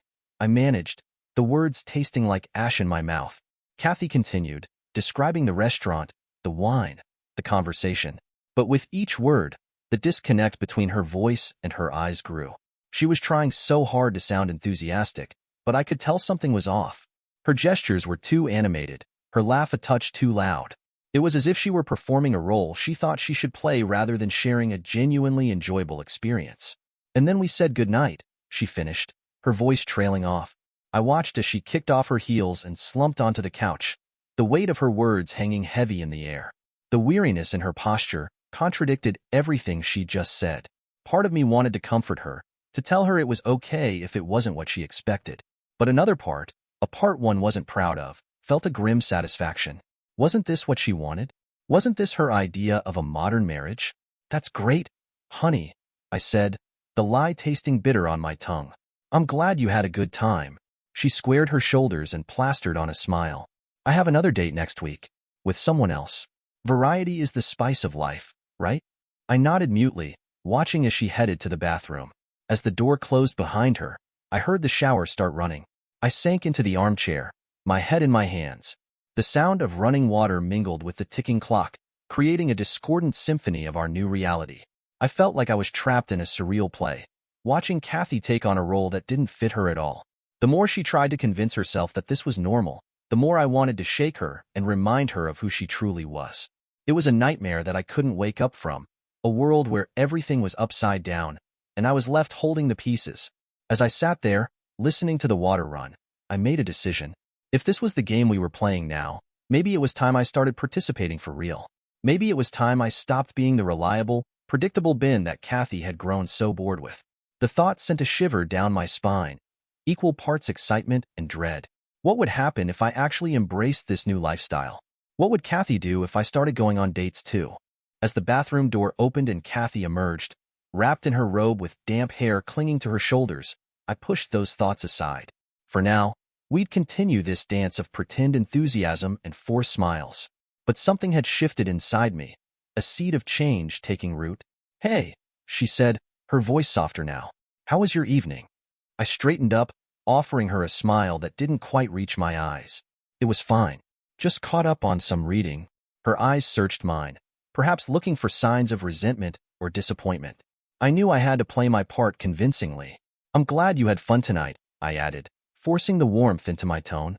"Thanks," she replied, a hint of uncertainty creeping in. "Are you okay with all this?" "Of course," I said, shrugging it off. "We're just trying something new, right?" She smiled, but there was a flicker of something in her eyes. Maybe guilt, or perhaps a hint of worry about how this was all playing out. But I brushed it aside. The new Ben was ready to step into the spotlight, and I was curious to see how far this could go. Little did Kathy know, this game was about to become a lot more complicated. Now let's check Kathy's side. The gentle clink of weights being set down drew my attention across the living room. Ben, fresh from his workout, wiped his brow with a towel, a satisfied smile playing on his lips. I watched him from the corner of my eye, pretending to be engrossed in my book, a strange feeling settling in my chest. He seemed different these days, lighter somehow, but also more distant. When did that happen? It had been weeks since we'd started this open marriage experiment, and things weren't going as I'd planned. My dates left me feeling drained rather than exhilarated. Each time I came home, I'd put on a show of enthusiasm, but it felt increasingly hollow. The excitement I'd anticipated had given way to a gnawing emptiness. "Hey, how was your day?" Ben asked, breaking the comfortable silence that had settled between us. I looked up, momentarily startled. "Oh, it was fine," I replied, forcing a smile that felt like a mask. "Just the usual work stuff." He nodded, but I could see the concern flickering in his eyes. "You seem a bit off lately. Everything okay?" I shrugged, not wanting to reveal the confusion swirling within me. "Just tired, I guess. All this dating. It's more exhausting than I thought." His expression shifted, the hint of a smirk playing at the corners of his mouth. "Welcome to my world," he teased lightly, but there was an edge to his tone, a challenge that made my stomach twist. I wanted to roll my eyes, to dismiss his comment as typical Ben banter, but instead, I felt a pang of jealousy. Hadn't I encouraged him to embrace his own adventures? Yeah, well, maybe I'm just not cut out for it. I shot back, trying to keep my voice steady. You seem to be handling it just fine. His smile faltered for a moment, and I regretted my sharp tone. I'm just trying to keep things balanced, he replied, his voice softer now. But if you're not enjoying it, maybe we should rethink this whole thing. The suggestion hung in the air between us, heavy with implication. Part of me wanted to seize the opportunity to retreat, to go back to the comfortable, predictable life we'd shared before. But another part, the part that had been drawn to this new lifestyle, felt a flicker of defiance. Maybe it's not about enjoying it, I countered, meeting his gaze. Maybe it's about exploring new things, trying to find ourselves in this mess. Ben raised an eyebrow, clearly intrigued. Exploring? Huh? And what have you found so far? I hesitated, the question making my heart race. Had I really discovered anything at all? Or was I just chasing a shadow of what I thought I wanted? I don't know, I admitted finally, my voice barely above a whisper. I guess I'm still figuring that out. His eyes softened, and for a moment, the distance between us felt less daunting. Maybe we can figure it out together, he said gently, stepping closer. I wanted to believe him, to cling to that promise of connection, but the weight of my recent experiences loomed large. Yeah, maybe, I replied, the uncertainty lingering in my words. As we stood there, a fragile understanding beginning to bridge the gap between us, I couldn't shake the feeling that we were both on the brink of something. Whether it would be a deeper connection or an irrevocable rift remained to be seen. Ben, on the other hand, seemed to be flourishing in ways I hadn't anticipated. He'd taken to the gym with enthusiasm, his physique becoming leaner and stronger, and he had even upgraded his wardrobe, choosing clothes that showcased his newfound confidence. It was as if he had tapped into a wellspring of independence that unsettled me deeply. The dependable, somewhat predictable Ben I had known was morphing into this more self-assured version of himself, and I found myself grappling with mixed feelings about this change. Hey, I called out, striving to keep my tone casual and light. Do you want to hear about my date last night? He glanced up from his phone, his expression unreadable, and replied, if you want to share. He shrugged, then turned his attention back to the screen. The indifference in his voice struck me like a physical blow, leaving a heavy weight in my chest. When had he stopped being interested in my life? When had he ceased to ask about my experiences?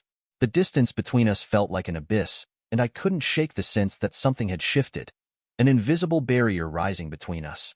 As I stood there, trying to gauge his reaction, I couldn't help but wonder how we had arrived at this point. The excitement I had hoped to gain from our arrangement was fading, replaced by an unsettling sense of isolation. I recalled the early days of our open marriage, when he would listen with a forced attentiveness, his discomfort evident in his furrowed brow and tight shoulders. Now, he seemed utterly unbothered by my attempts to share, and somehow that felt worse. It's fine, I said, my voice small and hesitant. Nothing special, Ben nodded absently, his attention clearly locked on whatever was happening on his screen. A surge of frustration coursed through me. I wanted to scream, to shake him, to demand that he engage with me. But I didn't. I couldn't. This was what I had asked for, wasn't it? The freedom to explore, to seek out experiences beyond the confines of our marriage. I just never anticipated that it would feel so profoundly lonely. I've got a work outing later this week, Ben said suddenly, looking up at me with a glimmer of enthusiasm. Might meet some new people. My stomach twisted at his words.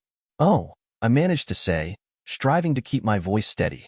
The thought of him mingling with new faces, possibly sharing moments and connections that I wasn't part of, sent a wave of unease through me.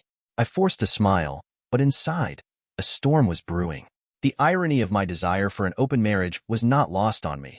In seeking freedom, I had unwittingly created distance between us, and now, the very thing I had envisioned as a path to fulfillment felt like a road leading to isolation. Anyone in particular? I asked, trying to sound casual, though my heart raced in anticipation. He shrugged again, a small, enigmatic smile tugging at the corners of his lips. Maybe. We'll see. As he turned back to his phone, a feeling of unease washed over me, as if the ground beneath my feet had shifted. The balance between us had changed irrevocably. Ben wasn't merely going along with my plan anymore. He was fully embracing it, and that realization terrified me more than anything else could. I forced a smile, even though he wasn't looking. Well, have fun, I said, my words tasting like ash in my mouth. Turning away, I fought back tears, my chest tightening with a heavy mix of dread and sorrow. In that moment, A startling clarity hit me. I was losing him. The very thing I had hoped would bring us closer was instead creating an insurmountable distance. I could feel the walls closing in, the echoes of laughter and warmth between us fading into silence, leaving behind the chilling realization that I was no longer the center of his world. And the worst part? It was entirely my fault. I had swung open this door, convinced it would lead us to excitement and personal growth. Instead, it was pushing Ben further away from me, creating a chasm I couldn't seem to bridge. Now let's check Ben's side. The soft glow of my laptop screen illuminated the darkened living room, a stark contrast to the restless silence enveloping the house. It was well past midnight, but sleep remained elusive, my thoughts tangled in a web of regret and uncertainty. A faint noise from the bedroom caught my attention. Kathy was tossing and turning, her restlessness palpable in the stillness of the night. I wondered if she was dreaming about her dates, reveling in the excitement she had once claimed to feel. Or perhaps she, too, was lying awake, wrestling with the consequences of the choices that had brought us here. With a sigh, I turned back to the screen, finally typing out a message to someone I had been chatting with, Maria.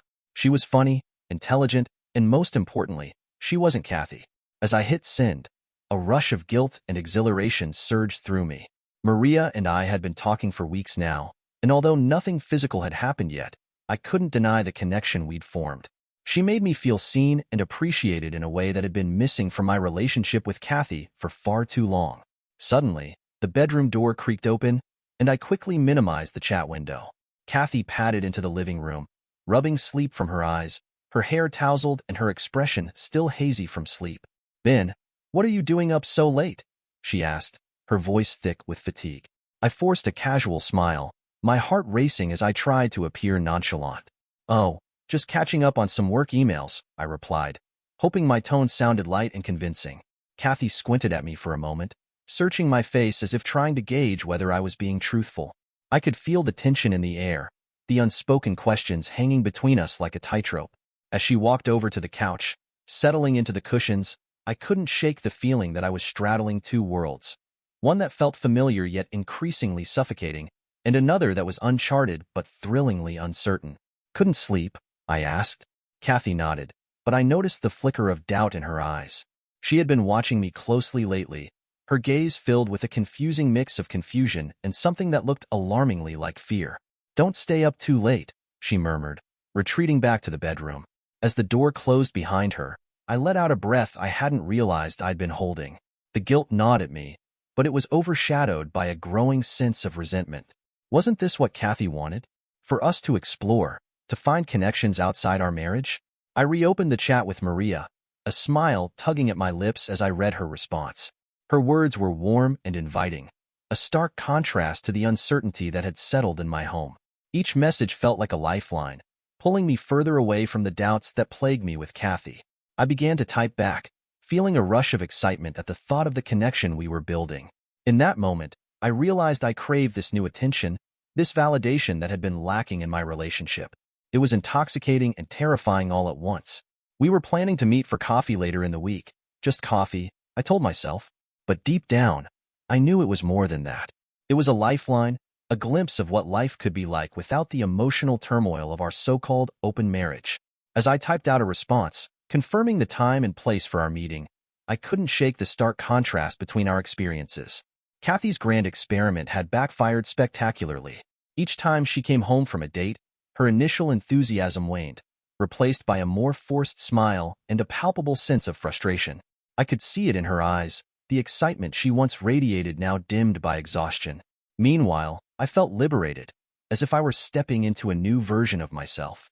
I couldn't deny the thrill of anticipation bubbling inside me at the thought of meeting Maria. It was a chance to connect with someone who didn't carry the weight of our shared history or the complications of an open relationship. In those moments, I felt as if I was finally breaking free from the constraints that had bound me for so long. The thrill of possibility hung in the air, and I savored it, even as the guilt flickered in the back of my mind. The initial pain and betrayal I had felt began to fade, replaced by a newfound sense of self. I was rediscovering parts of myself I'd long neglected, exploring interests and connections that had fallen by the wayside. Maria was a significant part of that journey. Tomorrow, I resolved. Tomorrow, I would tell Kathy the truth about Maria, about my feelings, about everything.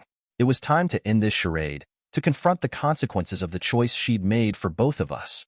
As I drifted off to sleep, my mind buzzed with anticipation, and my last thought lingered on the coffee we would share in just a few days. For the first time in months, a glimmer of hope sparked within me for the future, a future I was beginning to accept might not include Kathy. Let's check Kathy's side of the story. The house was silent, the only sound the soft ticking of the clock on the mantel. I sat curled up on the couch, a cold cup of tea forgotten on the coffee table, my gaze fixed on the front door. Ben was out again, probably with her. How was your night? I had tried to sound casual when he'd left, but the tightness in my throat had given me away. Ben barely glanced up from his phone, offering only a non-committal shrug before disappearing into the night. I thought back to that fateful night when I proposed this disastrous experiment. The hope and misguided enthusiasm I'd felt then had been palpable. I had been so certain it would bring us closer, strengthen our bonds. Instead, it had torn us apart, leaving me alone with the shattered pieces of our relationship. My own attempts at dating had fizzled out weeks ago. Each encounter only left me feeling more hollow and painfully aware of what I was risking. The excitement I had hoped for had turned into an overwhelming sense of loneliness, a feeling that seeped into every corner of my life. But Ben had flourished. The shy, somewhat passive man I had married had been replaced by someone confident, someone who no longer seemed to need me. The sound of a car pulling up jolted me from my reverie. My heart raced as I heard the key in the lock and the door swung open to reveal Ben. He looked happy, relaxed, everything I wasn't. "You're still up," he said, surprise coloring his tone. There was no guilt in his voice, no attempt to explain his late arrival. When had that changed? I couldn't sleep, I murmured, searching his face for any sign of the man I had once known. "Ben, can we talk?" he sighed, running a hand through his hair. "It's late, Kathy. Can't this wait until morning?" "No, it can't," I insisted, my voice cracking under the weight of my emotions. "Please, Ben," I pleaded, my heart pounding in my chest. "I think we've made a terrible mistake." He met my gaze, his expression unreadable. It was you," I whispered, the weight of his words pressing down on me. "There's no mistake, Kathy," he said quietly, his tone laced with resignation. "This is what you wanted, remember? A modern marriage. Freedom to explore." Tears welled up in my eyes as I tried to find the right words. "But it's not what I want anymore. Can't we just go back? Forget this whole thing ever happened?" Ben's laugh echoed through the quiet room, hollow and devoid of warmth. "Go back? To what, Kathy? To you being bored? To me being taken for granted? No, I don't think we can go back." His words hit me like a physical blow, and I stood frozen, watching helplessly as he turned and walked toward our bedroom. No, his bedroom now. The door closed behind him with a soft click, but it might as well have been a gunshot for the finality it represented. I sank back onto the couch, tears streaming down my face, each drop a reminder of the choices I had made. The enormity of what I had done, of what I had lost, overwhelmed me. I had opened Pandora's box, and now I had no idea how to close it. The echoes of our shared laughter, the warmth of his touch, the sense of security I had once taken for granted, they all felt like distant memories slipping through my fingers. The vibrant hope I had clung to when proposing this experiment had been replaced by a suffocating dread. I curled into myself, the silence of the house amplifying my grief. It was a stark reminder of how quickly things could unravel. What had I been thinking? The freedom I had sought had turned into isolation, and the bond we once cherished was now frayed and fragile. Now let's check Ben's side. The tension in the air was palpable as I walked into our living room. No, my living room. Kathy sat on the couch, her eyes red-rimmed and puffy from crying. It was clear she had been through the ringer again, and part of me, buried deep beneath layers of resentment and newfound independence, ached to comfort her. But that part was easily silenced now. "We need to talk." My voice was calm, steady, and I could see Kathy's heart sink even before I finished the sentence. She knew. Of course, she knew. She wasn't stupid, just misguided. "Ben, please," she began, her voice trembling. "I know I made a mistake. We can fix this. We can go back to how things were." I couldn't help but laugh, a harsh, humorless sound that echoed in the quiet room. "Back to how things were? You mean back to being bored? Back to being taken for granted? You really think we can just erase everything that's happened?" The bitterness in my voice surprised even me, but it felt good to finally say it. Kathy's face fell, the mask of hope slipping away, revealing the raw vulnerability beneath. I thought it would help us grow, she stammered, desperation creeping into her tone. Grow? I shot back. All it's done is push us apart. You wanted to explore, and look where that's led us. You've turned this into a circus, and I'm just supposed to sit back and watch. She opened her mouth, but no words came out. I could see the realization dawning on her. The chasm between us was not something we could simply leap back across. We can go back together, she moaned. That sounded harsh and unfamiliar, even to my own ears. Go back? There's no going back, Kathy. You saw to that the moment you decided our marriage wasn't enough for you. She flinched as if I'd struck her, and I felt a twinge of guilt. That's not fair, I thought. I had believed it would bring us closer, make things exciting again. Exciting, I repeated, the word tasting bitter on my tongue. Well, congratulations. You certainly made things exciting, just not in the way you planned. The weight of my words hung heavily in the air, a reminder of the path we'd taken, a path she had insisted on exploring. I could see the hurt in her eyes, the recognition that our reality had shifted irrevocably. Ben, I never meant for it to go this far, she said, her voice barely above a whisper. I thought we could handle it. I thought we were strong enough. Strong enough? I echoed, incredulous. You thought that opening our marriage would strengthen us? You traded in our intimacy for a few nights out with strangers. Kathy shook her head, tears spilling down her cheeks. I thought it would bring the spark back, make us feel alive again. I didn't realize how much it would hurt you, or me. The raw honesty in her words cut through the bitterness, and for a moment, I felt the urge to soften. But I quickly steeled myself. And look where it got us, I said, my voice colder now. You're lost, Kathy. We both are. And I don't think we can find our way back. She opened her mouth to respond, but no words came. Instead, she looked at me, her expression a mix of sorrow and resignation. I knew then that the chasm between us had widened, and there was no bridge to cross it anymore. I moved to the bookshelf, running my fingers along the spines of the books we'd collected over the years. Each title brought back memories of evenings spent curled up together, lost in stories and laughter on lazy Sunday afternoons.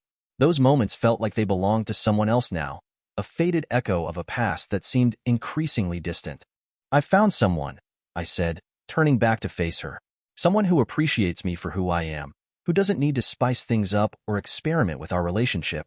Kathy's face crumpled at my words, fresh tears spilling down her cheeks. Ben, no. Please. I love you. We can work through this. I'll do anything. For a moment, I allowed myself to really look at her. The woman I had once promised to love for better or for worse. She looked small and broken. Her vulnerability laid bare before me. The familiar warmth I once felt for her began to battle with the resentment that had taken root over these past few weeks. Kathy, I said softly, the words catching in my throat. You don't understand. This isn't just a bump in the road. It's a fundamental shift in who we are, in what we wanted. I can't go back to pretending everything is okay. Not when I've finally found someone who makes me feel alive. Her shoulders slumped, and she wiped her tears with the back of her hand, desperation in her eyes. But we can rebuild. We can find a new way to be together. Just give it time. Please, Ben. I shook my head, feeling the weight of her words pressing down on me. Time isn't going to change the fact that you wanted something different. You pushed for this, Kathy, and now it's too late. The finality of my words hung in the air, a heavy silence settling between us. I could see the flicker of hope dimming in her eyes, and it pained me more than I wanted to admit. But I knew deep down that the connection we once shared had been irrevocably altered, and no amount of longing or promises could restore what was lost. But the pity I felt was overshadowed by a cold resolve. This was her doing after all. It's over, Kathy, I said, my voice firm and unwavering. I'm done with this farce of a marriage. I'm done pretending that what we have is enough. You opened this door, and now I'm walking through it. But our vows, she whispered, clinging to the last shreds of our shared past. We promised. Vows. I cut her off, a harsh laugh escaping me. You shattered those vows the moment you suggested this open marriage. You can't pick and choose which parts of our commitment matter, Kathy. It doesn't work that way. Her face fell, and I saw a flicker of realization wash over her. The weight of her choices pressed down on her like a suffocating blanket, and I wondered if she finally understood the implications of what she had set in motion. You don't have to do this, she pleaded, her voice trembling. We can still find a way back. Back to what? I shot back, anger boiling just beneath the surface. To a life of uncertainty and disconnection? To pretending that everything is fine while we drift further apart? I can't go back to that. She opened her mouth to argue, but no words came. Instead, she looked at me as if trying to decipher the man standing before her. The man who had once been her partner, her confidant, now felt like a stranger. Ben, she said finally, her voice barely above a whisper, I didn't realize. I thought we could handle this. I thought it would bring us closer. Closer? I echoed, bitterness lacing my tone. It did the opposite. It revealed all the cracks in our foundation. You wanted excitement, but what you've done is drive a wedge between us. I can't ignore that. Silence enveloped us, heavy and oppressive. Kathy's shoulders slumped, her defenses crumbling. I felt a mix of satisfaction and sadness as I watched her face twist with regret.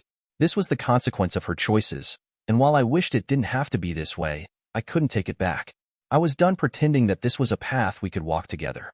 I'm sorry, she finally said, her voice barely audible. I never meant for it to end like this. Neither did I replied, but deep down, I knew it was too late. The door had closed behind me, and there was no turning back now. I moved to the door, my hand resting on the knob. I'll be staying with Maria for a while.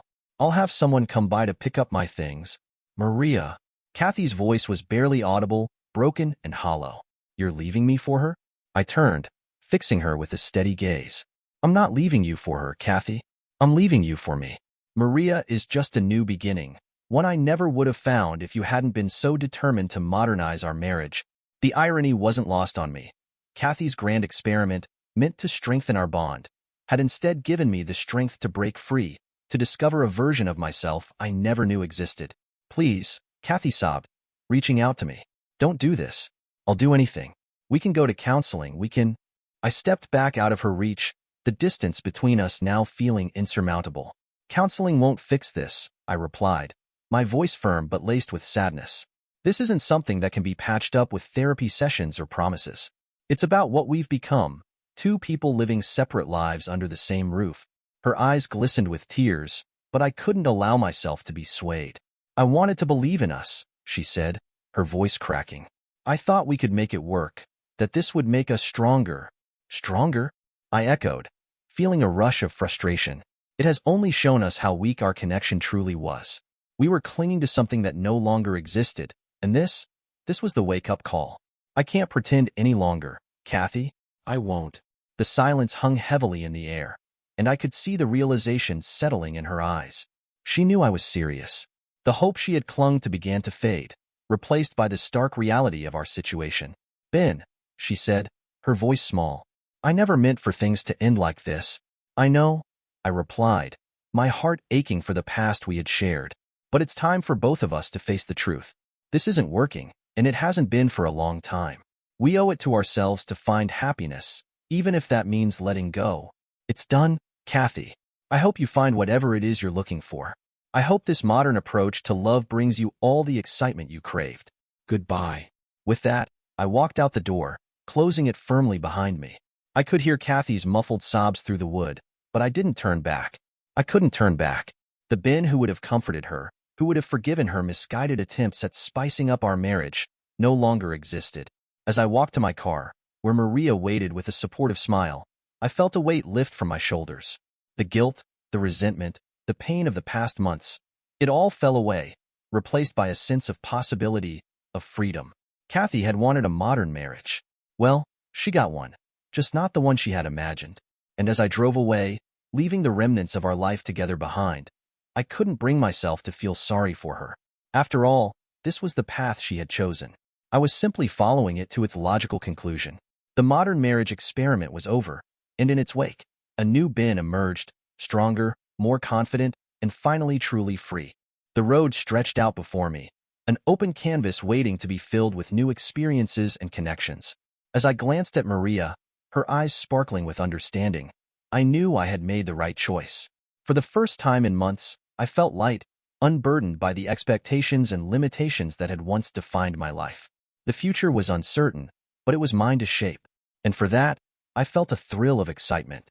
I had stepped out of the shadows of my past and into the bright light of possibility. Whatever lay ahead, I was ready to embrace it. Dear listeners, please share your thoughts in the comments section below and don't forget to like, share, and subscribe.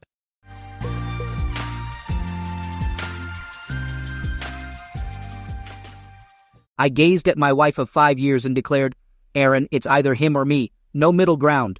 She sat beside my supposed boss, Plato Giannis, grasping his well-groomed hand until I spoke. As I uttered those words, she withdrew her hand, confusion and fear etching her beautiful face. She shook her head in surprise, causing her blonde hair to gleam in the lamplight. "Just for the weekend. Come Monday, everything returns to normal. Can't you enjoy some time with Elle for now?" La is L.A. Logan, real name Ellen Johnson. Now seated next to me, she has been fervently trying to seduce me for the past few hours. A striking woman with luscious dark hair and one of the most enviable bodies globally, especially if you appreciate curves, which I certainly do. Rumors also circulate that she's top-notch. It's all part of Plato's jest. When Erin and I were invited to this island for a weekend, the assumption was he wanted to familiarize himself with me better. I'm a renowned author, and he acquired the publishing company that released my work about 3 months ago. However, the entire weekend was actually orchestrated for Plato to have relations with my wife. I'm an average writer, penning detective novels and thrillers featuring my protagonist, Rick Rocker. He unravels mysteries of locked rooms and takes daring leaps off cliffs to elude lunatics. His bed life is diverse and exciting, effortlessly charming beautiful women. A martial arts expert and trained assassin, he's a jack of all trades. He's a fantasy wrapped in a thin layer of reality. And my books sell reasonably well, though the publishing house boasts several more significant and better-selling authors. I only have a captivating wife who caught Plato's attention. They crossed paths at a grand dinner and dance organized by Mr. G for his group of writers and editors. The event made an impression on Erin, especially when she danced with Mr. G to multiple musical numbers. Polished and a decade senior to 28-year-old Erin, he possessed long dark hair and a commanding presence. Observing their dance, I noted his adept movements. When the group took a break, they returned to our table, and Mr. G expressed admiration for Erin, stating that she danced beautifully. I merely nodded, and my lack of response momentarily puzzled him. He then mentioned attending to other guests, saying it was a pleasure. Erin smiled and reciprocated with Plato. I scrutinized her, noting the swift transition from Mr. G to Plato. I inquired if she was impressed with my boss, to which she replied positively, accompanied by a lascivious grin.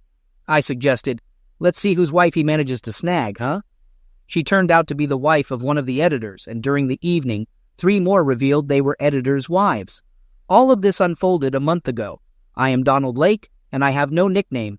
Standing at about 6 feet and weighing 169 pounds, I have curly brown hair, blue eyes, and am 30 years old. I am in good physical shape and athletic. Erin, too, is in good shape and practices fencing, a sport of skill and coordination. It was at a fencing lesson she taught that I first met her.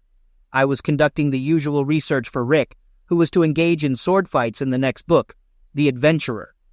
I always undertake extensive research before writing an adventure book, a key selling point of mine. Rick doesn't do anything I haven't tried.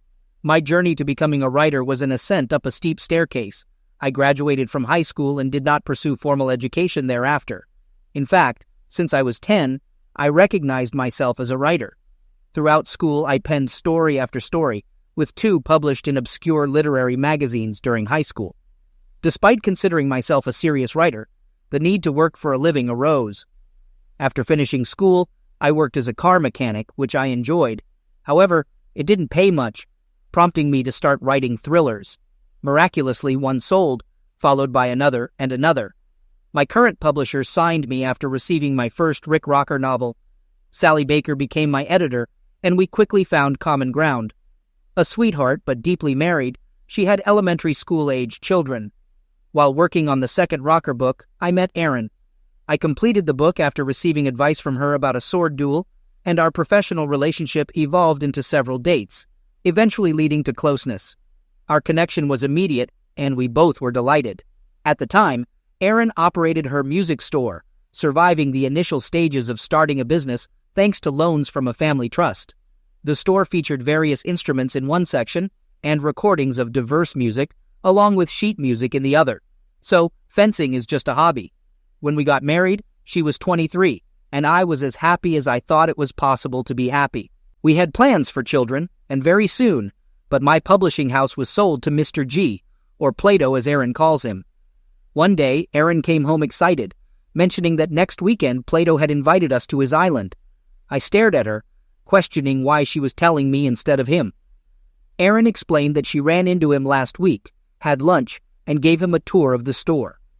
Today he called with an invitation, expressing his desire to get to know the writers better.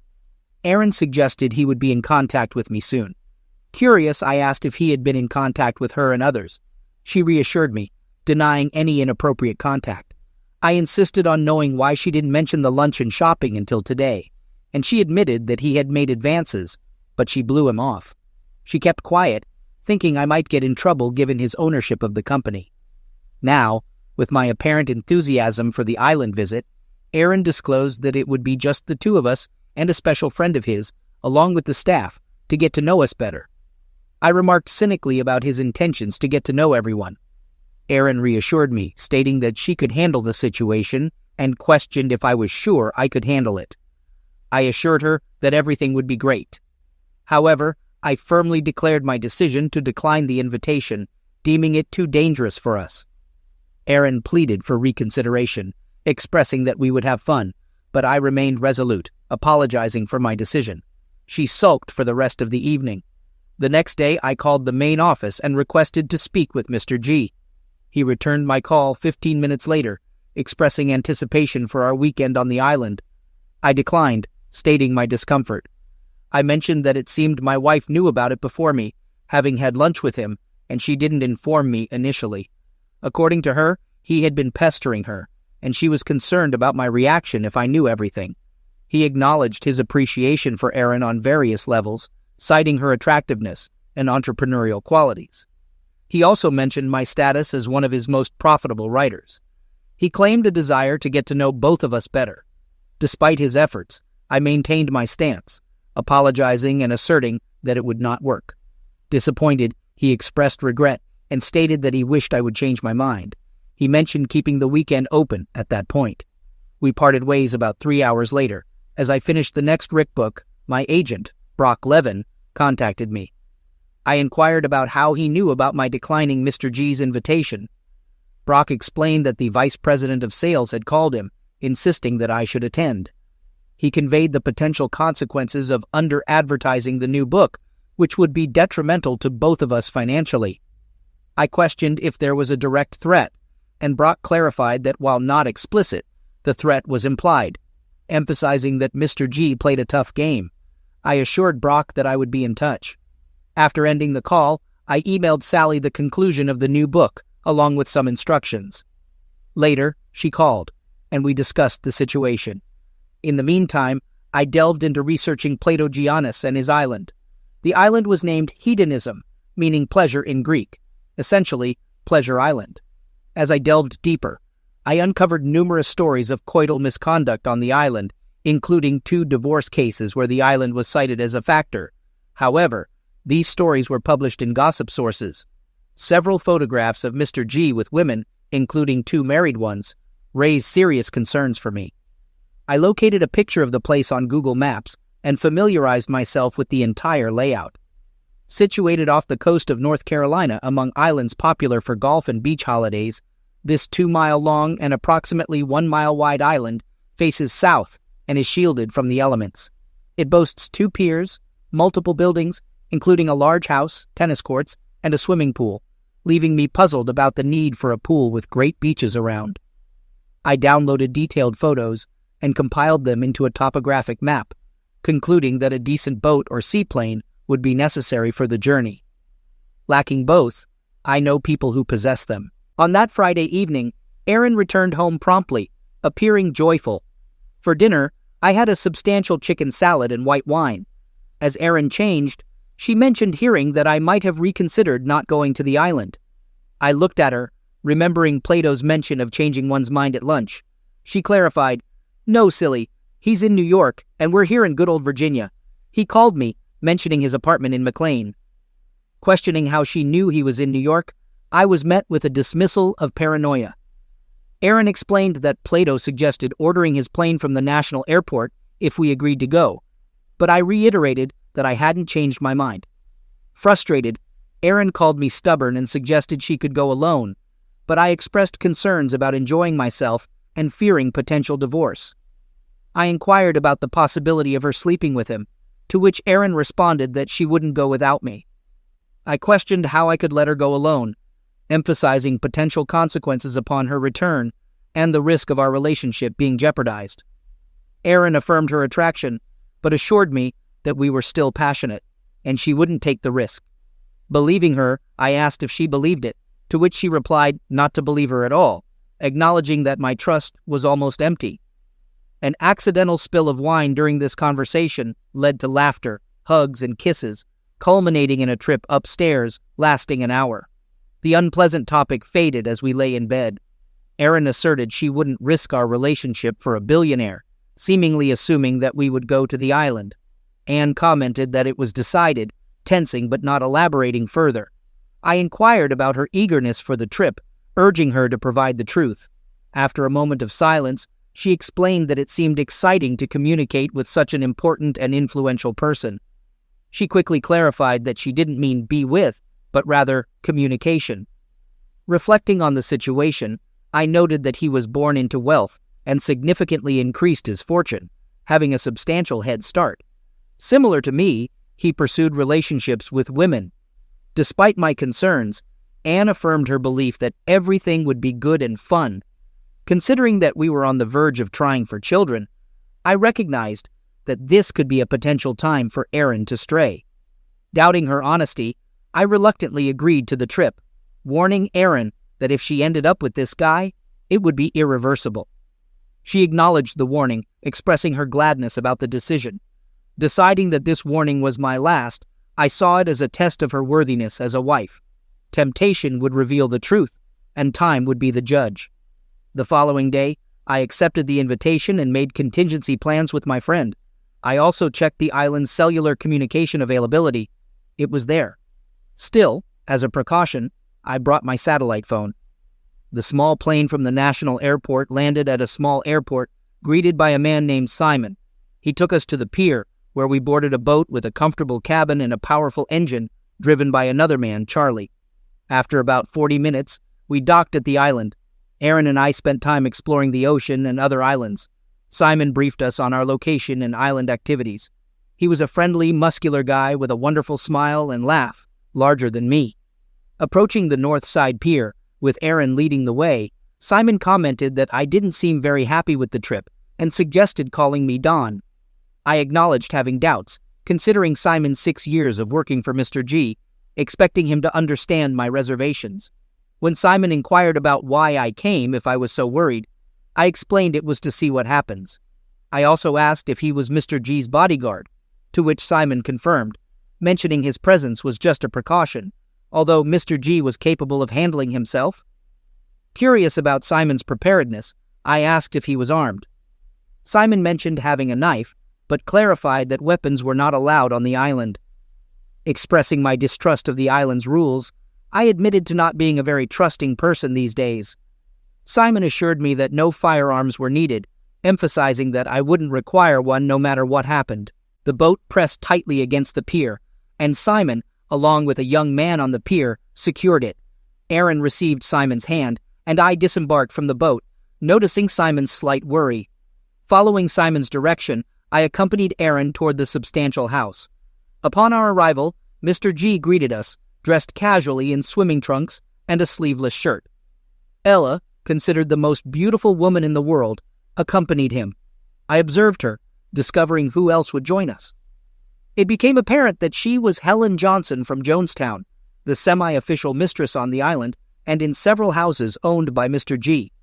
Though she was once seen in the company of other noble men, it occurred less frequently now. Mr. G seemed to have secured an exclusive agreement, at least in some way. Mr. G extended his hand to shake. Ella hugged Aaron, and then Mr. G embraced both Aaron and Ella. She smelled delightful during the hug, and her lips touched my ear. We were escorted to a large room and offered drinks. Despite the 1 o'clock afternoon timing and a light plain snack, a small buffet awaited us. Opting for sparkling water, I abstained from drinking, while Aaron chose wine. They both sampled a small selection from the buffet. During this, Mr. G inquired about the new book I had sent to Sally the previous week, assuring him it was on schedule. Mr. G complimented my punctuality with a smile.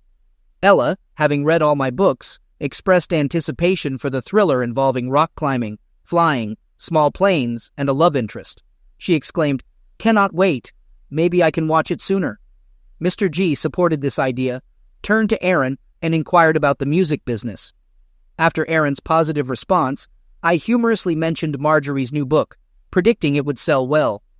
Marjorie, known as Marjorie Wright, wrote serious fiction, but still sold a lot of books. Mr. G revealed Marjorie's rising sales and reminded me of my obligation for another book, to which I affirmed my ongoing work on a Christmas-themed mystery.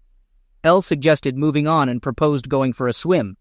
Mr. G promptly stood up, encouraging us to join him, and ran out the door.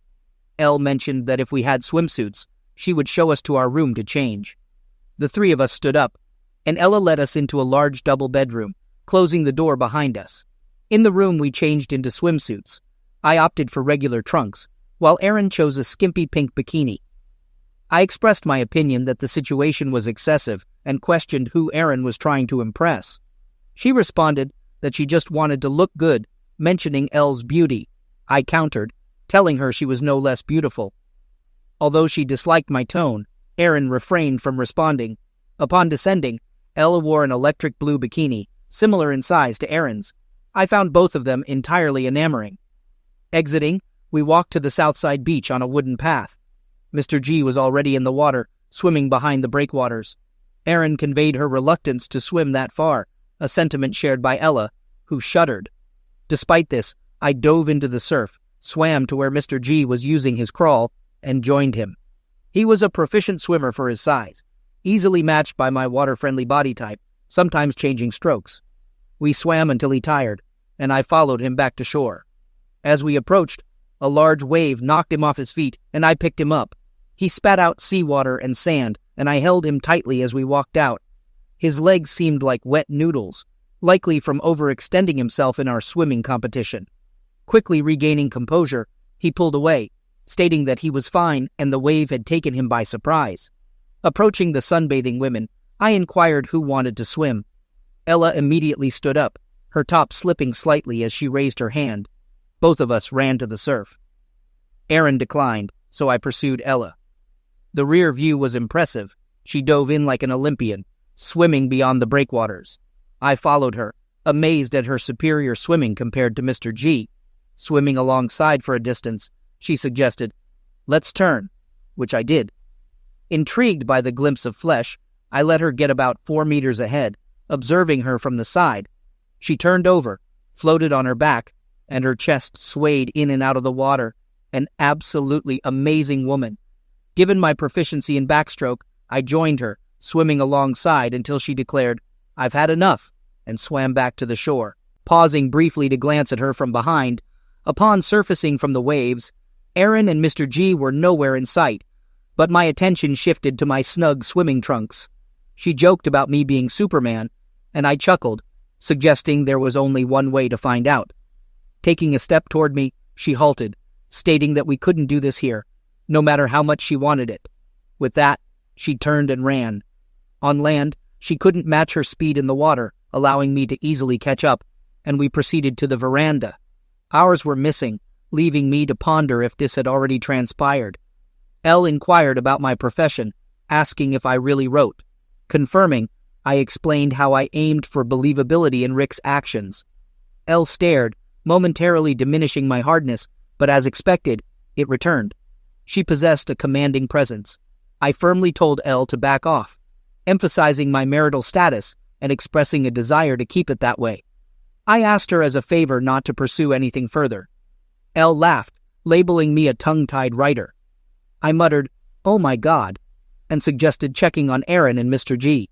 I asked if it mattered to her, and she expressed interest, to which I replied, "Oh yeah, please." I then conveyed to Elle that I wanted her to understand I wouldn't be sleeping with her over the weekend. I explained that whatever Aaron decided to do, if they reached that point, I would leave. I acknowledged that I would likely long regret what I had just said, all while smiling. As Elle warned me that it wasn't easy to shake her off her tail, she entered the house. I waited a few minutes before following her. When I went upstairs to change clothes, I found no one. However, upon entering our room, I heard the shower running, which abruptly stopped as soon as it registered. No votes. Erin opened the door, wrapped in a towel. She gasped upon seeing me and asked if Elle had already got to me. I assured her that Elle hadn't and explained that I wasn't going with her. I expressed hope that Erin wouldn't go with Mr. G either, reminding her that we had discussed the situation earlier. I inquired about what they had been doing while Elle and I were swimming. Erin informed me that Mr. G showed her around, pointing out the swimming pool, tennis court, and gym downstairs. She emphasized that there was no relationship activity involved.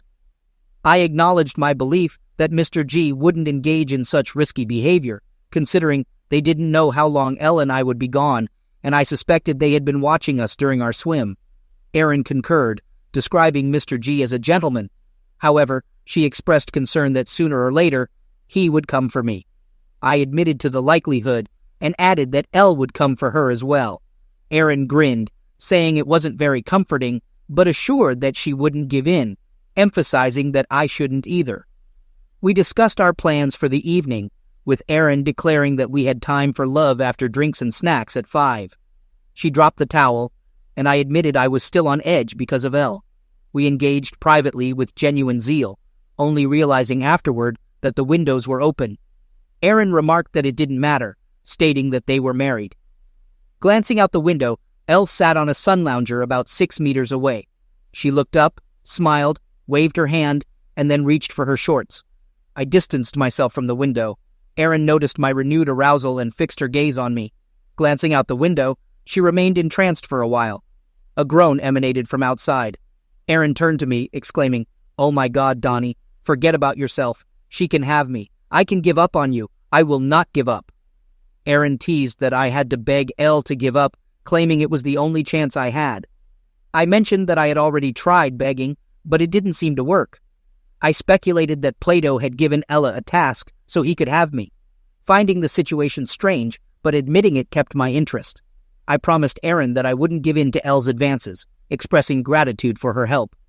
Erin observed that I was still erect, and suggested that we could engage privately every 2 hours to alleviate the situation. We descended to the main room in casual attire, Docker shorts and a collared shirt for me, and Erin in a dress with her hair down and high-heeled sandals. Mr. G was already there, sipping beer. He inquired about our swim with Ella, and I responded positively, praising Ella's swimming talents. Mr. G suggested I call him Plato, appreciating the famous name. He mentioned his father's fondness for reading about Plato. Ella joined us, also wearing a dress and heels. The dress seemed modest, but looked anything but on her. I sensed Erin feeling a bit insecure, understanding it was part of the game. Elle attempting to outshine Erin, who, in turn, would try to assert herself by winning Plato's attention. I moved closer to Erin, putting my arm around her shoulders. Plato informed us about the available beverages and snacks, expressing a preference for pretzels. As he spoke, he ate one. The 4 of us chatted for a while, and then Ella took me to show me around the house, which I found impressive. I asked if Plato used the gym, and Elle confirmed, mentioning his preference for weightlifting.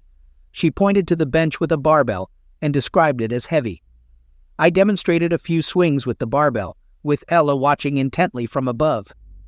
Ella mentioned that Plato only did 3 reps before resting, and as she spoke, she began breathing heavily. I decided to lift the barbell and did 8 more reps. Plato then commented on Ella's strengths, suggesting that her role for the weekend should be to seduce me so Plato could take care of Erin. Ella acknowledged that similar tasks had occurred before, expressing her willingness to finish the job, even if it wasn't usually very pleasant. She playfully asked if I would stop if she started begging. I was genuinely serious in my response, but she perceived it as a joke, stating that she wouldn't stop, but would enjoy seeing me beg. Elle then ascended the stairs, and I waited for my hardness to subside before standing up. The 3 of them huddled together in the living room and conversed. When I entered, they fell silent, and Plato suggested I have something to drink, maybe beer. I glanced at the bar, walked over, extracted a bottle of Corona, and popped it open. The others had wine, and we chatted for a bit. I then asked if they had finished discussing their plot or if I should leave, prompting an awkward silence. Ellis Lentley observed the others, mainly Aaron, who looked at Plato. Plato then stated that there were no secrets. At that moment, Simon came in and declared that dinner was served, leading us into the dining room, where dishes were arranged on the buffet table. It was a familial serving style. We sat at one end of a large table. They poured water, but I opted for my beer and refrained from water. Breaking the conversation, Plato addressed the tense situation I had created, and we engaged in friendly discussions about politics and baseball. Plato was a Yankees fan. Aaron and I rooted for the Orioles and Nationals. Ellie liked the Pirates, being from Jonestown. Simon served dessert, tiramisu. I skipped mine. Plato seemed to notice. Aaron insisted that Plato not skip dessert, encouraging him to eat. Plato commented on keeping his waist in check and mentioned Aaron having no fat in her body, claiming to have observed her while swimming and noting her preference for beer over water. In response to Aaron expressing a lack of trust, Plato dismissed the idea of being medicated with something forbidden, considering it crazy. He encouraged me to eat and drink while pushing a glass of water and tiramisu towards me. I smiled and offered the same to Plato. However, he sat with a stony face and instructed Simon to clear the table. Simon noticed the change in the water and dessert arrangement, picked up my untouched glass of water and tiramisu, and carried them away. Elle suggested moving to the courtyard for music and dancing. Aaron and Plato remained silent. I stood up and extended my hand to Elle, leading her to the patio. Once there, she remarked on my apparent suspicion of Plato slipping something into the food and water. I acknowledged the possibility, but noted that Plato hadn't taken either himself and had them removed by Simon. The others joined us, and soft music started playing. I approached Aaron, took her by the elbow, and led her away from Plato into the open area. We danced, and although Aaron was initially shy, she eventually relaxed. Pressing herself close to me, she whispered, "I love you, Donnie, always. I love you too, Aaron." We continued dancing. The music concluded, and we joined Plato and Elle at a table. Soon, the music resumed, and Elle rose, offering her hand to me. She led me to the dance floor. We danced. Elle might have been the world's most captivating distraction, with her sweet, subtle fragrance and the contours of her body. She entranced me, eliciting immediate delight, as she always did. Observing Plato's hands on Aaron's backside, I noted that she didn't push them away. Breaking away from Elle, I walked the short distance to Aaron and Plato, standing there and observing them. Aaron noticed and tried to move away from Plato, who persisted in keeping his hands on her. She gently pushed him on the chest, expressing a desire to avoid problems. Plato released her, but took her hand, guiding her back to the table. Elle returned after me, and we sat down, with her sitting very close to me. Aaron held Plato's hand as they sat side by side. Plato expressed disappointment in me, claiming that Elle was a fantastic lover and could provide me with one of the most powerful and delightful experiences of my life. He accused me of denying her this opportunity. I asserted that I had a wife and wouldn't entertain the idea of a trade, bringing us back to the initial discussion. Turning to Aaron, I stated that it was either him or me, with no intermediary options. She withdrew her hand from his, but looked at me and suggested that it was only for the weekend, and on Monday, everything would be back to normal. She asked if I couldn't have some fun with Ella for the time being. Scrutinizing her, I questioned if she was serious, and if I should take it as a yes or no, even if it meant it would be over between us. I firmly stated my refusal with a simple no. Despite not understanding why it should imply anything, I made it clear that I wouldn't entertain the idea. I extended my hand to her, and she took it.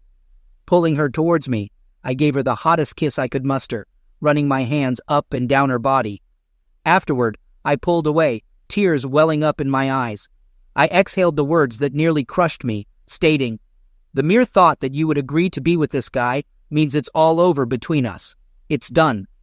I turned and headed for the stairs. She cried out, "No, Donnie, no!" I reached the top of the stairs, grabbed my previously packed bag, and left through the back fire escape. I made the call and ran into the darkness, sobbing. While running, I still heard screams. About 20 minutes later, I heard a plane. It landed near the southern dock, and my friend Todd Jacobs swam up to me. Approaching him with Plato and Simon emerging behind me, Plato exclaimed that there was no escape and suggested I stay to calm my wife down. Charging at me, I reached the pier.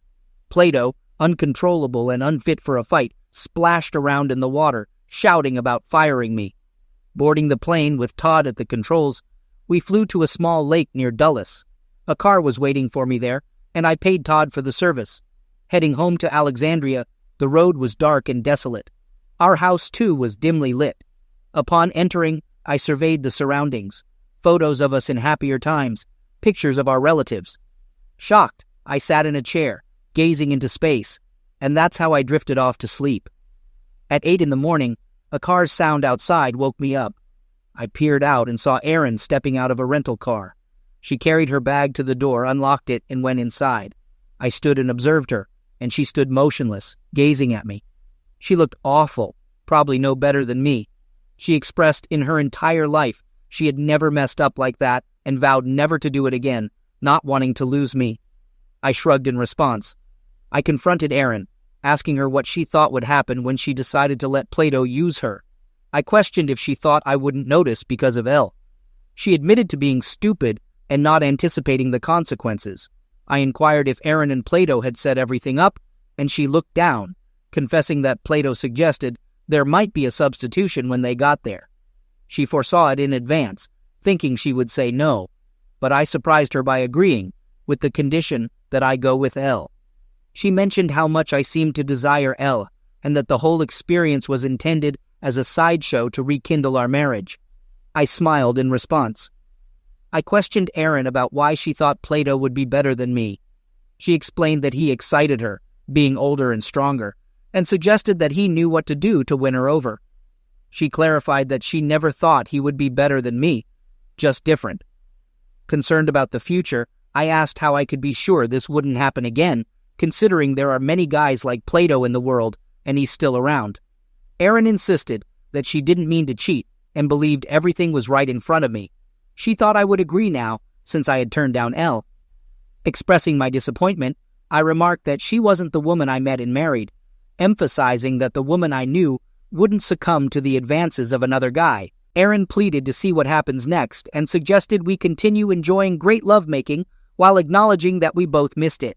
She stood up and removed all her clothes, prompting me to think about turning away but ultimately not doing so. She led me upstairs. The only constant in our relationship, always present and likely to remain, is our complete coital compatibility. I let her go home, and 10 years later, I picked up our kids from the school bus, Jessica, who is 8, and Robert, who is 6. Helen, who is 3, and doesn't attend school yet. As a stay-at-home writer, I had help and the opportunity to write.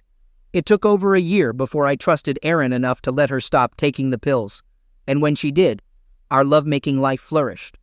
The idea of her getting pregnant excited us greatly. I closed my contract with the previous publisher, and Sally and I moved on to something else.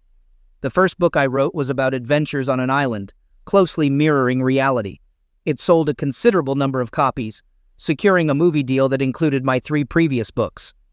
Plato couldn't complain about half-truths in the new book, where he was cast as Socrates and met a fitting fate. Erin now owns 2 stores that generate some income, while I earn substantially. Before fully accepting her back, Erin signed a postnuptial agreement, ensuring fidelity from both of us. With the school year underway, as I drove the 2 older kids home, a small red sports car arrived at our entrance. A remarkable pair of legs emerged, followed by the most beautiful woman in the world, Helen. The children excitedly ran up to her shouting, "Aunt Helen!" She hugged them and fussed around, while young Helen welcomed her at the door. I poured her favorite drink, seltzer, and informed her that Erin would arrive soon.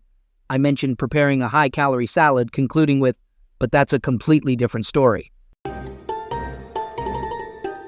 I'm Donald, aged 56, sharing my life for the first time. I'm married to Lauren, aged 45, and we have a 13-year-old daughter. This recount is from a few months ago. My wife, our daughter, and I were in Istanbul with a large group of 3 families, totaling around 16 people. As our trip concluded, we gathered at Istanbul Airport for our collective return to Chicago. With an 11-hour flight ahead, we conducted a group accounting session. Unexpectedly, Our flight faced a 6-hour delay. Utilizing the time, we all headed to the lounge, finding it surprisingly empty. We were the sole occupants, engaging in lively conversations, sharing smiles, and reliving tales of Turkey and its delectable cuisine. Taking a brief smoke break, I returned after 15 minutes, walking towards my wife. Spotting a slender figure near her, my heart raced, not due to nicotine, but an intense surge of emotions. The closer I got, the more my heart raced, transporting me back 2 decades to a moment of holding hands in a church, saying, "I do," and embarking on a shared life. Suddenly, I snapped back to the lounge, informing my wife of my need for fresh air before walking out without acknowledging the woman talking to her. Outside, memories flooded back, bringing me to moments with Maria in Columbus, Georgia, by the Chattahoochee River. Closing my eyes, I revisited our love story from college to marriage. Maria, my life, has been the object of my affection since our college days. We married, moved in together, and embarked on a promising married life. My journalism career and her role as a financial expert led to frequent travels, yet we maintained our connection. Maria's sparkling eyes brightened my days, and when at home, our time was filled with love and delicious meals she prepared. The initial 2 years of marriage were seamless, with no signs of trouble in paradise. We postponed having children to establish ourselves professionally. Our only challenge was the limited time we could spend together due to our demanding jobs. Travel became a constant, even for Maria. The sole point of contention was my mother, living alone and desiring frequent visits. My wife harbored a dislike for her, and although I never probed the reasons, I endeavored to keep them apart, maintaining a delicate balance between them. In January, my mother became ill, and I informed my wife that I would care for her. She wasn't pleased, since I had just returned from covering a story in Iraq. We argued because she wanted me to hire help for my mother instead of going myself. I explained that my mother is old, and this might be the last time I see her alive. Maria was unhappy, but I ignored it. 3 days later, my mother died in my arms, leaving me devastated. After her burial, I returned home, and Maria once again complained about my mother. I was shocked and couldn't understand her point. She caused so much trouble, insisting that the deceased person should have been in the hospital from the start.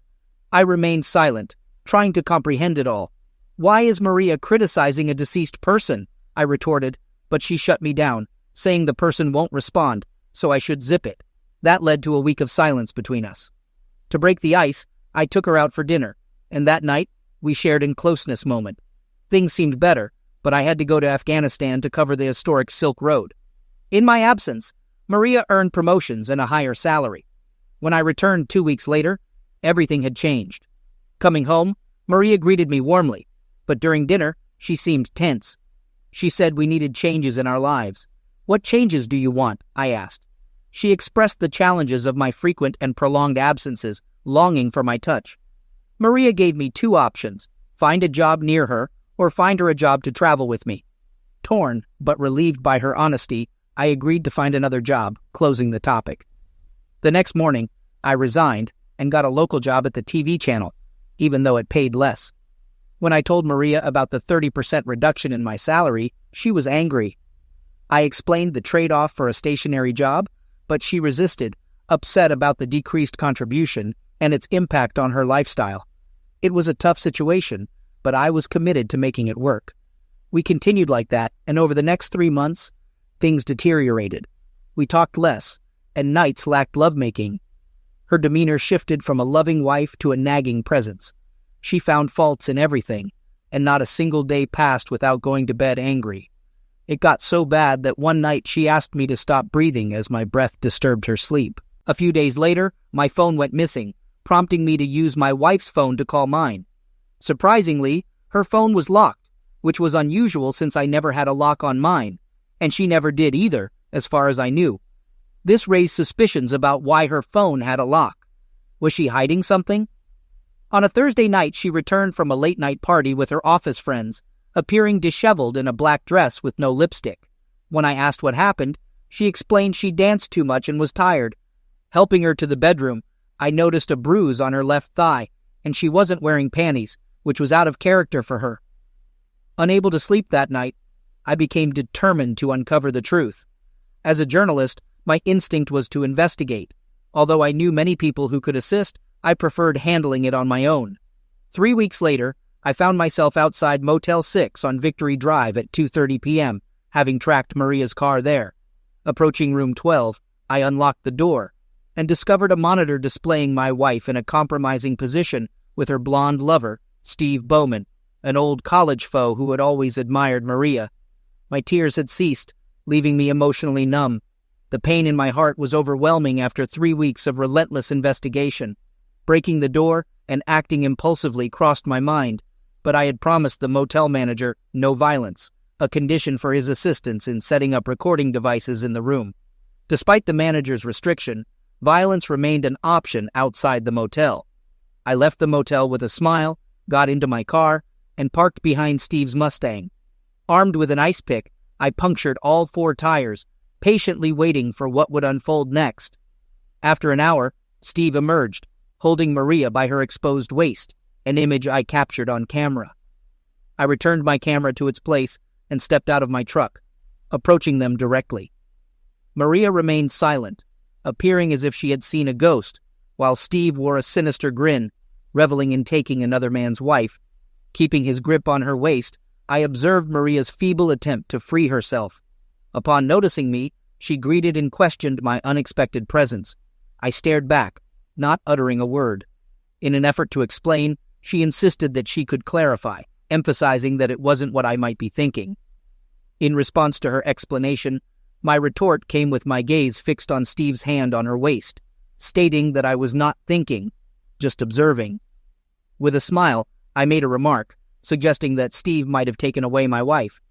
Maria denied any wrongdoing, explaining that their interaction was part of a meeting they had at that location. My response was cynical, pointing out that the meeting seemed to involve unconventional activities. I asked if Steve had satisfied her, prompting a gasp from Maria as she recalled her recent words. A warning followed, stating that all her actions were on video and would be sent to her office, reaching friends, family, Linda, and her dad. Steve interjected, shouting a plea to leave Linda out of the situation. Dismissing his request, I added that Linda had every right to be involved since her husband was involved with my wife, creating a lot of unfinished business. Maintaining a smile, I continued, mentioning that Linda had already witnessed their actions and was eagerly awaiting the video copy to file for divorce. I suggested that, in their situation, preparing to say goodbye to their beloved Mustang might be wise, as it would be sold to settle the lawsuit. Furious, Steve lunged at me, a big mistake considering my years of travel to places like Iraq and Afghanistan. I had been among warriors and fighters, learning a few tricks along the way. Blocking his right hand, ducking forward, I landed a left on his chin, causing him to drop like a bag of potatoes.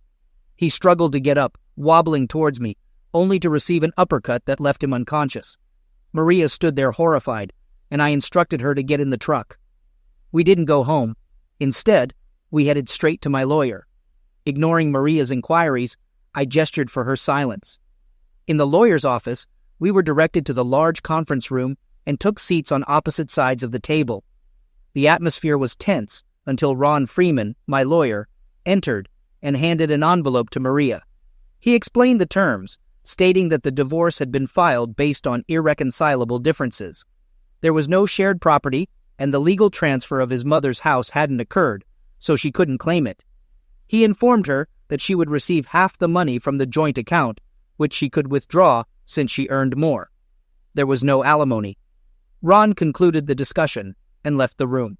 Maria clutched the envelope and directed her gaze at me. Breaking the silence, I warned her that if she contested the divorce, I'd alter the grounds to infidelity, ensuring widespread exposure of her infidelity on all social media platforms. I threatened to send the evidence to her office, leading to termination, and vowed to follow her if she fled to another city, making her life a perpetual fear of tarnished reputation. After she nodded in understanding, I stood up and left. Maria, however, spoke up, questioning if I wanted to know why she acted as she did. She explained that I desired a lifestyle she couldn't provide, seeking luxury without understanding the sacrifices.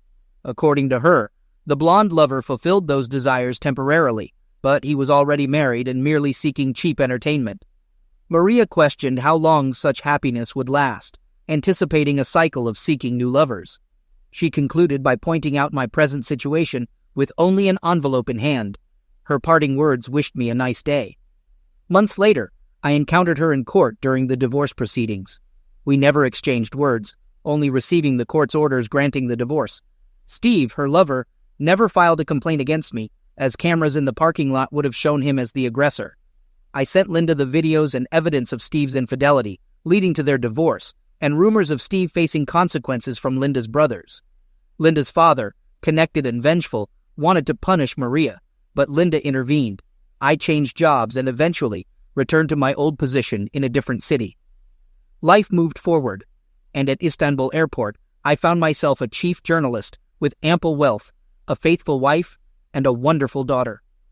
Back in the airport lounge, my wife continued conversing with Maria for hours. Staying away, I observed their interaction, concerned about Maria's intentions. Later, I confirmed our departure time with airport officials. Boarding the flight after a challenging wait, I sat beside my wife, who displayed a different smile. Curious, I inquired about her discussion with Maria. She revealed she was expressing gratitude to Maria for her mistakes, which led her to find me.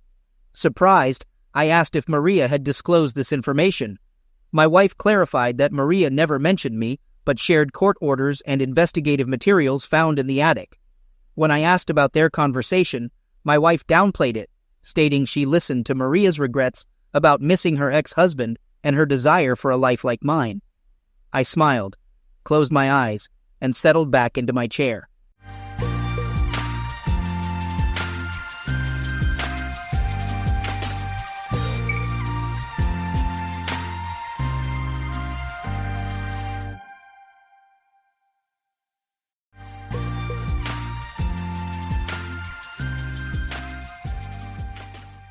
Jim Carlisle had always considered himself a man of principle. Raised in a small Midwestern town, he had learned the value of hard work and loyalty from his parents, who ran a modest hardware store. His father's words echoed in his mind during tough times. "You build trust one brick at a time, but it only takes a single blow to tear it down." Jim met Linda at a local charity event when he was 27. She was vibrant and full of ambition, a stark contrast to his reserved demeanor. Their chemistry was undeniable, and within 2 years, they married, combining their dreams to build a stable and happy family. Jim started a career as an aircraft mechanic, while Linda ventured into event planning, thriving on her creativity and energy. The couple's life seemed idyllic on the surface. They had 2 children, Emma and Tommy, whose laughter filled their home with warmth. But as the years passed, cracks began to form in their relationship. Jim's long hours at work left him exhausted, while Linda's growing social circle often left her absent from family life. Arguments became a regular feature of their evenings, though they always made an effort to shield the kids from the tension. A turning point came during a particularly stressful period. Jim was struggling to meet a tight work deadline, and Linda had taken on a high-profile client whose demands consumed her time. Their communication broke down completely. One evening, Linda didn't come home after a work function, citing exhaustion as the reason she stayed at a colleague's place. Jim's suspicions grew, though he brushed them aside, unwilling to confront the possibility of betrayal. Months later, Jim stumbled upon a series of text messages on Linda's phone while searching for their son's missing tablet.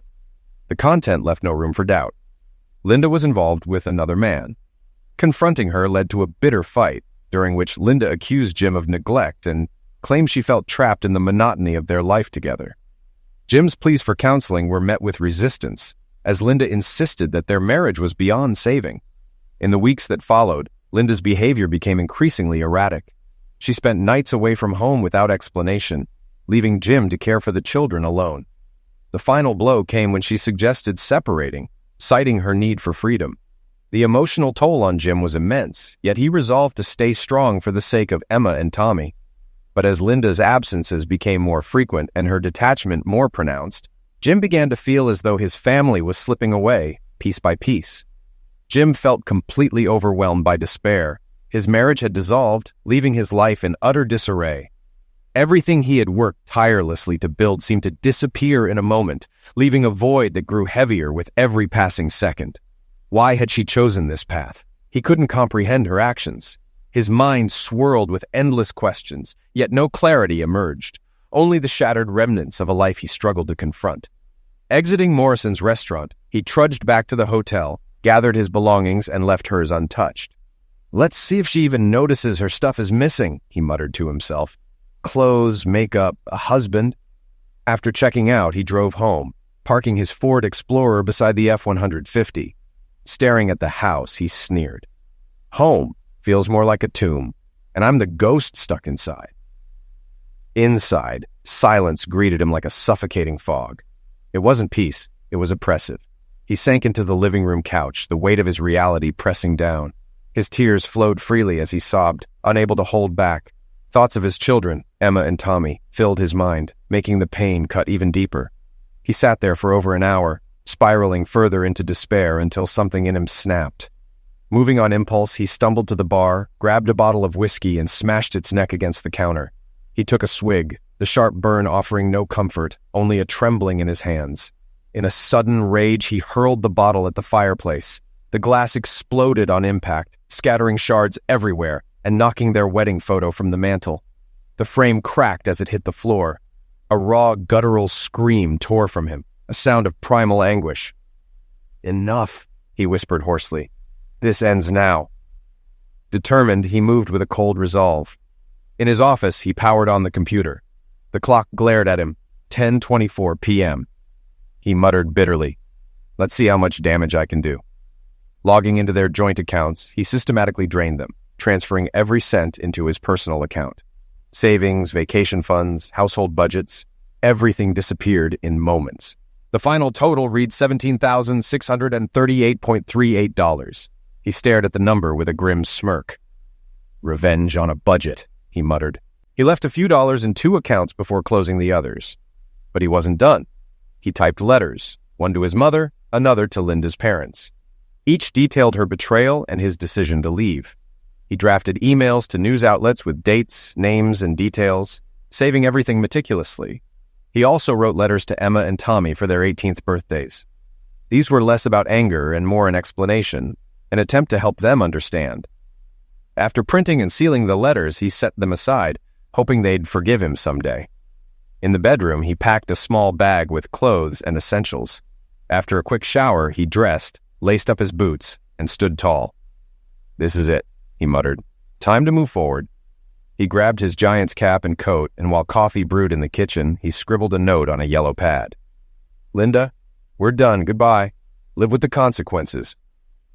Guess who he placed the note on the table, setting his wedding ring on top.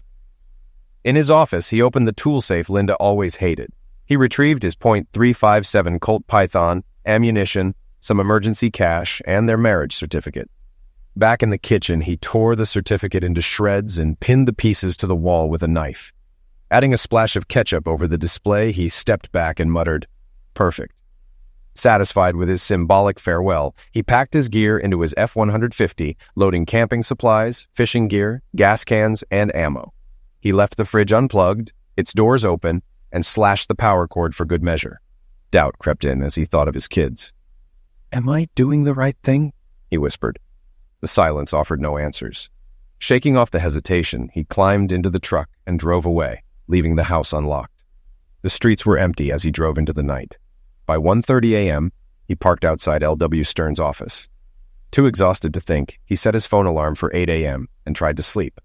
When the alarm rang, Jim stretched, sipped his cold coffee, and dialed LL.W.S number. After a few rings, the lawyer answered. His steady voice offered a small measure of comfort.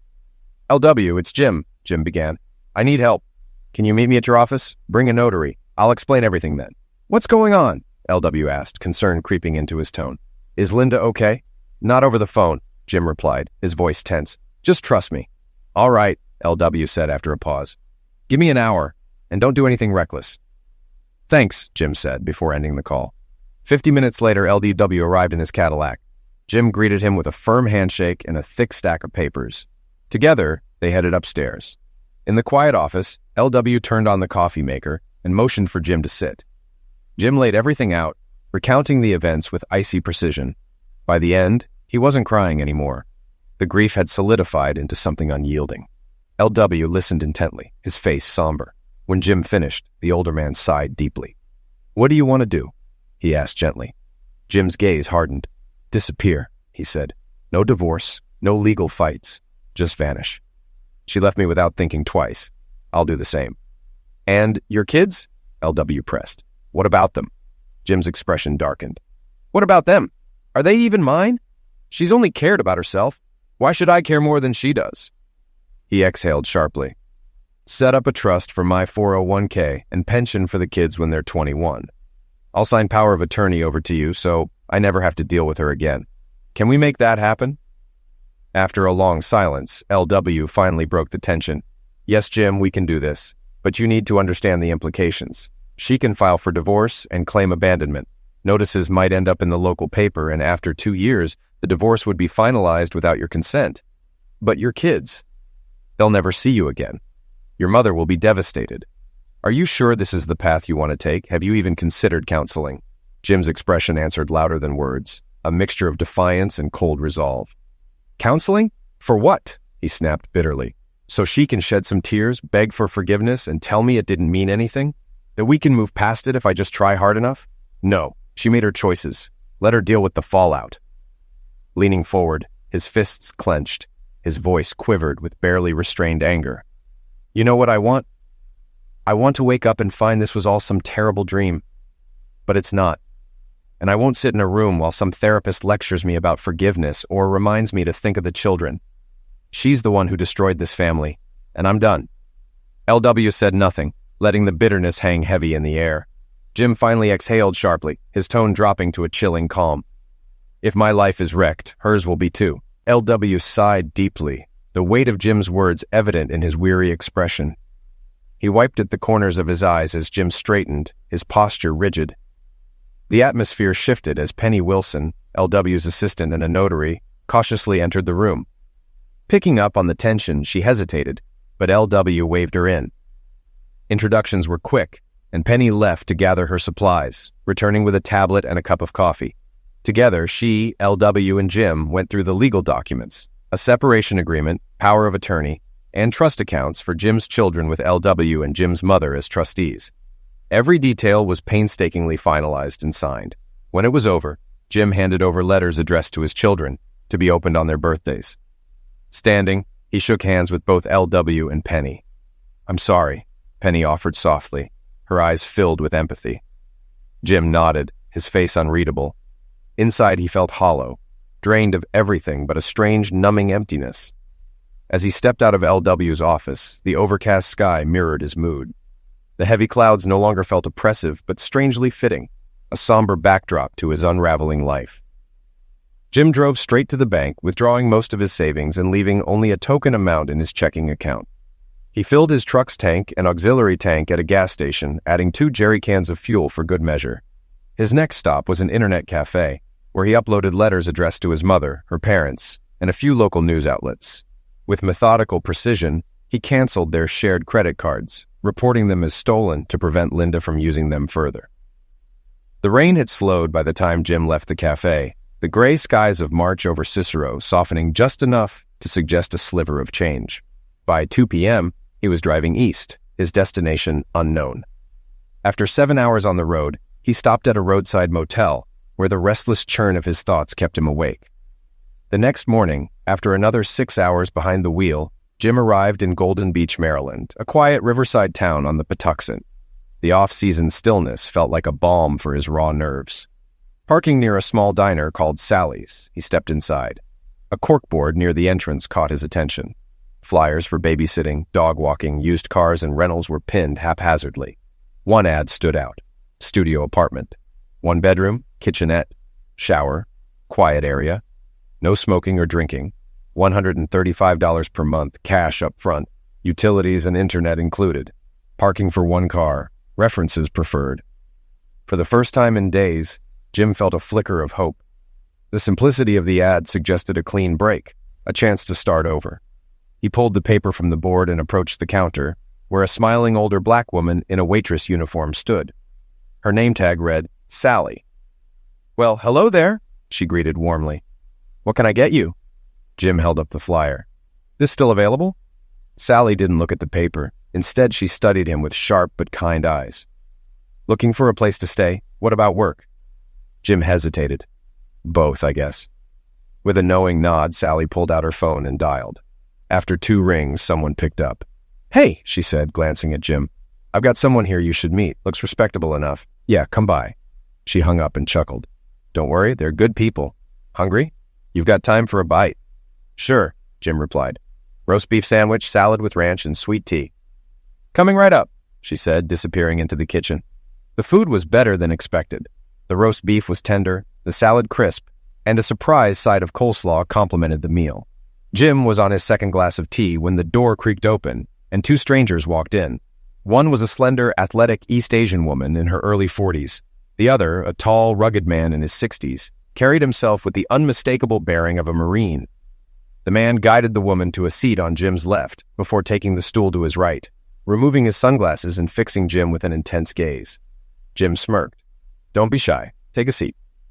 The man didn't flinch, but the woman broke the tension with a warm smile. Hello, I'm May Lowell, and this is my husband, Joshua. Say hello, Joshua. Hello, Joshua muttered, his eyes not leaving Jim. May extended her hand, and Jim shook it. What's your name, where are you from, and why are you here? She asked bluntly. Jim hesitated but handed over his driver's license and a brief, vague explanation. Are you married? She pressed. Yes, he admitted reluctantly. Kids? Jim's tone sharpened. Yes, but I don't know where they are, and I don't care to. I've done nothing illegal. Morally questionable? Sure. But I'm not interested in justifying myself. If you don't like it, I'll leave. Joshua's deep voice broke the tension. Enough, May. She fell silent, and Jim turned to Joshua, whose expression softened slightly, though his commanding presence remained. The rent's $150 a month starting next month, Joshua stated. It's clean and quiet, and the price won't change unless you break the deal. Interested? We'll show you the place, and we'll shake hands to seal it. Shake hands? Jim raised an eyebrow. I'm a man of my word, Joshua replied evenly. After a pause, Jim nodded. Let's see it. He paid for his meal, just over $5, and left a generous tip for Sally. She nodded in approval as he followed the Lowells outside. Joshua exchanged brief words with 2 sheriff's deputies getting coffee, then led May to a gleaming black Jeep Rubicon Sahara. Helping her into the passenger seat, he murmured something before shutting the door and motioning for Jim to follow. It was the first time Jim had seen Joshua crack a smile. The image lingered in Jim's mind as the grin faded and Joshua's face turned serious again. Sliding into his Jeep, Joshua cast a glance at Jim before pulling away. Jim followed in his truck, the Marine Corps and American flag decals on the Jeep's rear window guiding him through the winding roads. A faded Vietnamese flag from the 1970s hinted at stories Joshua had yet to tell. After about 12 minutes, they turned down a secluded drive that opened to a cluster of raised bungalows perched near the water. The quiet marina stretched into the distance, the tranquil scene a stark contrast to the chaos Jim had left behind. They stopped in front of a modest blue cottage with crisp white shutters near the riverbank. Jim parked, stepping out to examine the sturdy ramp and stairs leading to a wide veranda. The Lowells took the stairs, while Jim opted for the ramp, appreciating its solid craftsmanship. At the top, Joshua unlocked the door and gestured for Jim to step inside. The interior radiated simplicity and calm. For the first time in what felt like forever, Jim felt a small flicker of hope. A narrow hallway led into the home. On one side was a small but functional kitchen, on the other a bathroom with a shower. At the end of the hall, a bedroom overlooked the river, while a cozy living room offered views of the wooded hills. Shuttered windows opened to a wraparound veranda that made the modest home feel larger. A ceiling fan turned lazily in both the living room and bedroom, and a freestanding wood stove in the corner provided the only source of heat. Though minimal, the space was insulated well, and the low ceilings made it feel snug. At roughly 1,200 square feet, it felt like the perfect retreat. Not for me, Jim thought grimly, forcing himself to refocus. I'll take it, he said, turning to Joshua. Joshua raised a hand, stopping him. Not so fast. How are you paying? Do you have a job? Not yet. What do you have available? Jim countered. Joshua studied him, his sharp gaze piercing. After a moment, he exchanged a look with May before speaking. What can you do? I'm a licensed aircraft mechanic, decent at woodworking, and I know my way around a forklift, Jim replied evenly. Joshua nodded. the assessment clearly improving in his mind. All right, minimum wage, cash, under the table. You'll work at the Hideaway Marina, wear a branded t-shirt, and pair it with jeans. Occasionally, local churches or charities might need an extra hand. They'll pay cash too. But let me be clear. If you exploit anyone's generosity, you're out. Got it? Jim smirked faintly. Understood, boss. Joshua extended a hand. Be at the Marina restaurant at sunrise. Come half an hour early if you want breakfast. Let's see what you're made of. Agreed? Agreed, Jim replied, shaking his hand. That handshake marked a pivotal shift in Jim's life. Over the coming months, he learned more about the Lowells. Joshua had been a Marine scout during the Vietnam War, rescuing May and her family from dire circumstances. They were relocated to the Philippines before eventually resettling in the United States with the help of Catholic charities. Joshua, captivated by May's strength and spirit, stayed in touch after his return stateside. Years later, he formally reconnected with her in Oceanside, California. Despite resistance from his family, Joshua converted to Catholicism and they married. The couple moved to Parris Island, where Joshua continued his military career, climbing the ranks to infantry sergeant major. His distinguished service included Operation Desert Storm and an unnamed mission he refused to discuss. Together, they raised 4 children, all of whom pursued military careers. Their daughter, a Naval Academy graduate, later became a lawyer and began dating a Baltimore pediatrician. For Jim, life with the Lowells provided stability. He adapted to the mild Maryland climate and honed his woodworking and mechanical skills while keeping his aircraft mechanic license active. Over time, he became a fixture in the community and earned Joshua's respect. Eventually, he secured a formal job at the marina, earning nearly $20 an hour, and began to feel like part of the Lowell family. Jim even started a small construction business, hiring a veteran and an ex-convict to help with renovations. Together, they built a reputation for quality craftsmanship. He grew close to the Lowell children and, by his 3rd year, felt truly integrated into their lives. Still, the scars of his past lingered. Sharing his story with the Lowells brought understanding, but no closure. May was aghast when she heard about Linda. "How could someone do that to their own kids?" she exclaimed, catching herself quickly. "I'm sorry, Jim. That was insensitive." Jim's face darkened. "I care about my kids, May, but I can't even be sure they're mine. Believing that would mean trusting her." May offered a gentle smile. "I understand. I'm sorry." Joshua, who had remained silent, finally spoke. "You're broken, son. No judgment here. Life kicked you when you were down, and you took the only road you saw. But you're still broken, and you've done nothing to fix it." Though the anger had dulled over time, Jim knew Joshua was right. 3 years with the Lowells had given him a semblance of peace, but the bitterness still clung to him, holding him back. He thought he was healing, but deep down, he was trapped. That began to change one Sunday morning when Jim, leaving the grocery store, saw a young woman struggling in the parking lot. 2 men were maltreating her as she fought to get into her Toyota Supra. Her screams pierced the air, but no one else seemed to notice or care. Jim dropped his bags on the hood of his truck and charged toward them, snapping open the folding baton he carried for protection.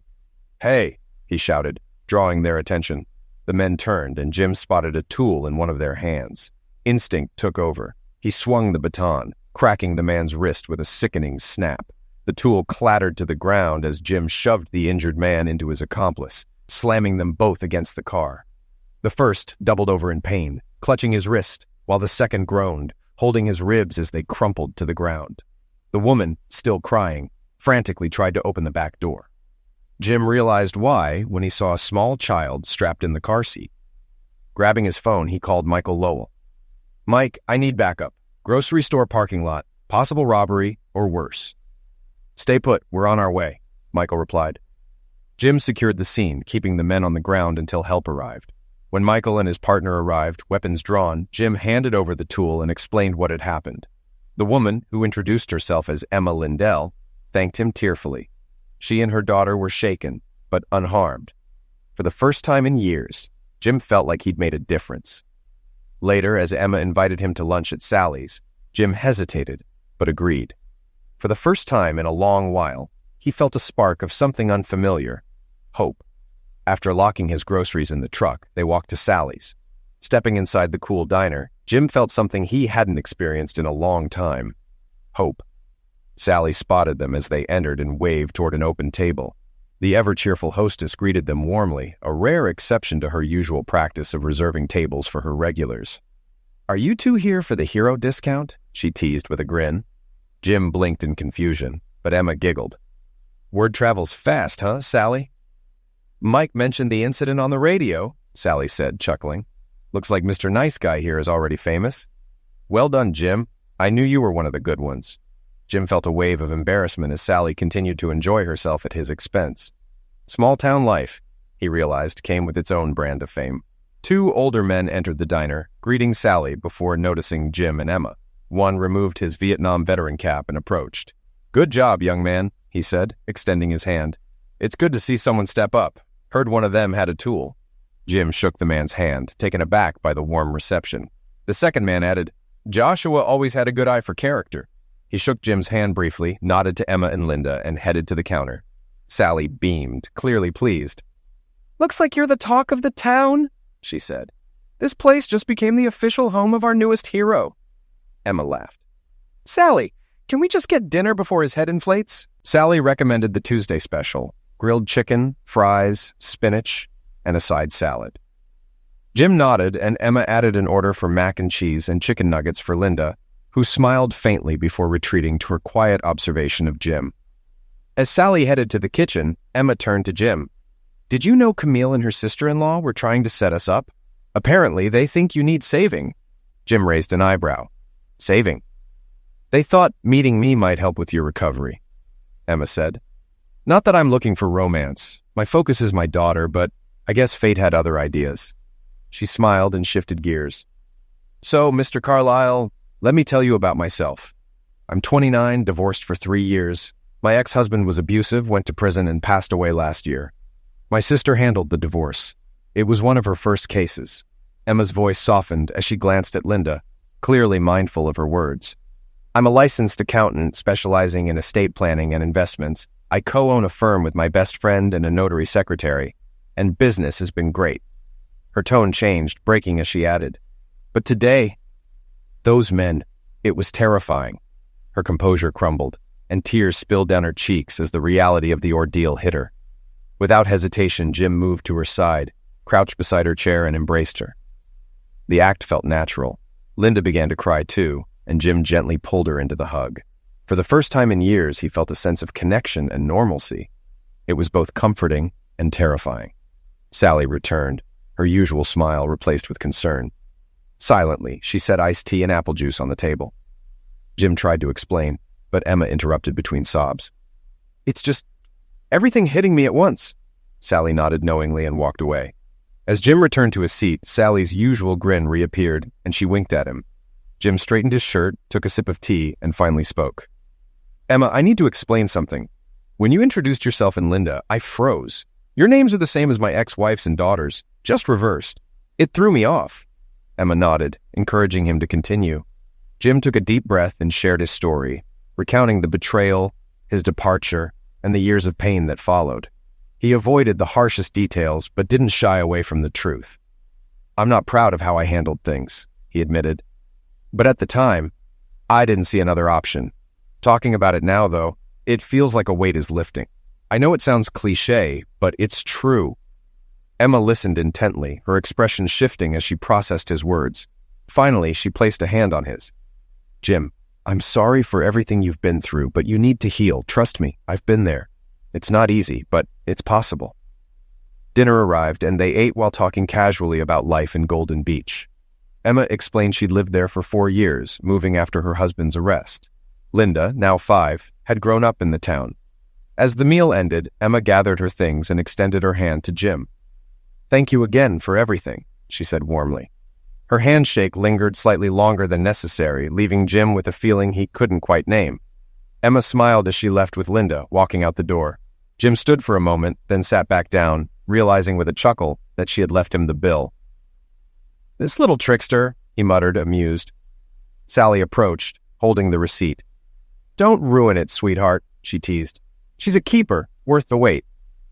Jim paid the bill and left the diner, feeling something he hadn't in years, genuine satisfaction. It was a faint but undeniable spark of something close to happiness. Weeks turned into months, and Jim crossed paths with Emma often. They even shared a few outings for ice cream with Linda. Slowly, Jim began to feel more like himself again. One Thursday morning, Jim learned about a barbecue at the Lowells' home the following evening and was invited to join. Grateful, he decided to take Saturday off, anticipating a long night of food, drink, and conversation. On Friday, Jim stuck to his usual routine: breakfast at the Marina restaurant, launching and servicing boats, and wrapping up work by late afternoon. After heading home to clean up, he put on a fresh t-shirt and jeans and drove to the Lowells' house, a sprawling log-style ranch with a wraparound deck, patio, pool, jacuzzi, and smoking barbecue pits. Mai greeted him warmly with a quick hug and kiss on the cheek before ushering him into the lively gathering. Children ran around while family and friends mingled. Before long, Jim found himself face-to-face with May Angelina, the youngest Lowell child. Angie, as everyone called her, was a sharp and well-regarded attorney, a former Marine Corps officer, and the subject of family hopes that her relationship with a young doctor would turn serious. Despite her social clout, she directed her full attention to Jim. "Jim," she began, her tone direct but kind, "how are you doing? I haven't seen much of you over the past 3 years, but what I know and have observed leaves a good impression. That said, someone is very interested in you. Can we talk?" Surprised, Jim agreed hesitantly. "Where?" "Now, if you're free," she said, taking his hand. Before he could respond, Mike and Camille joined them, grinning as if in on a joke. They led Jim to a shaded table beneath a large tree, offering warm handshakes and a round of drinks. Budweiser for Jim and Mike, white wine for the women. Mike handed Jim a beer. "You might need this, but pace yourself." Jim nodded, taking a sip as Angie leaned forward, her expression serious. "About a year and a half ago, I was given an assignment," she began. Jim wasn't surprised. Angie's Marine background and connection to her father suggested who might have orchestrated this. His suspicions grew as he glanced at Joshua, deep in conversation with other guests, his gaze briefly flicking toward Emma before returning to the group. "I've been in contact with L.W. Stearns," Angie continued. "Don't worry, he didn't disclose anything you hadn't already shared, but he confirmed your story and filled in a few gaps." She paused, her tone softening. "I'm the only one who knows all the details so far. Not even my parents." At that moment, her boyfriend Robert approached, planting a kiss on her head. "Everything okay?" he asked. "Yes, dear. I'll fill you in later," she replied warmly, sending him back to the party with a smile. Turning back to Jim, she said, "Now, here's the truth. After you left, Linda thought you'd cool off and come back. But when she found the house, she panicked. Thinking you might have injured yourself, she called emergency. Police arrived to find her hysterical. When they entered the house, they discovered the chaos and scolded her for wasting their time." Angie took a sip of wine, her voice steady. "Her parents arrived and were furious at her recklessness and at you for disappearing.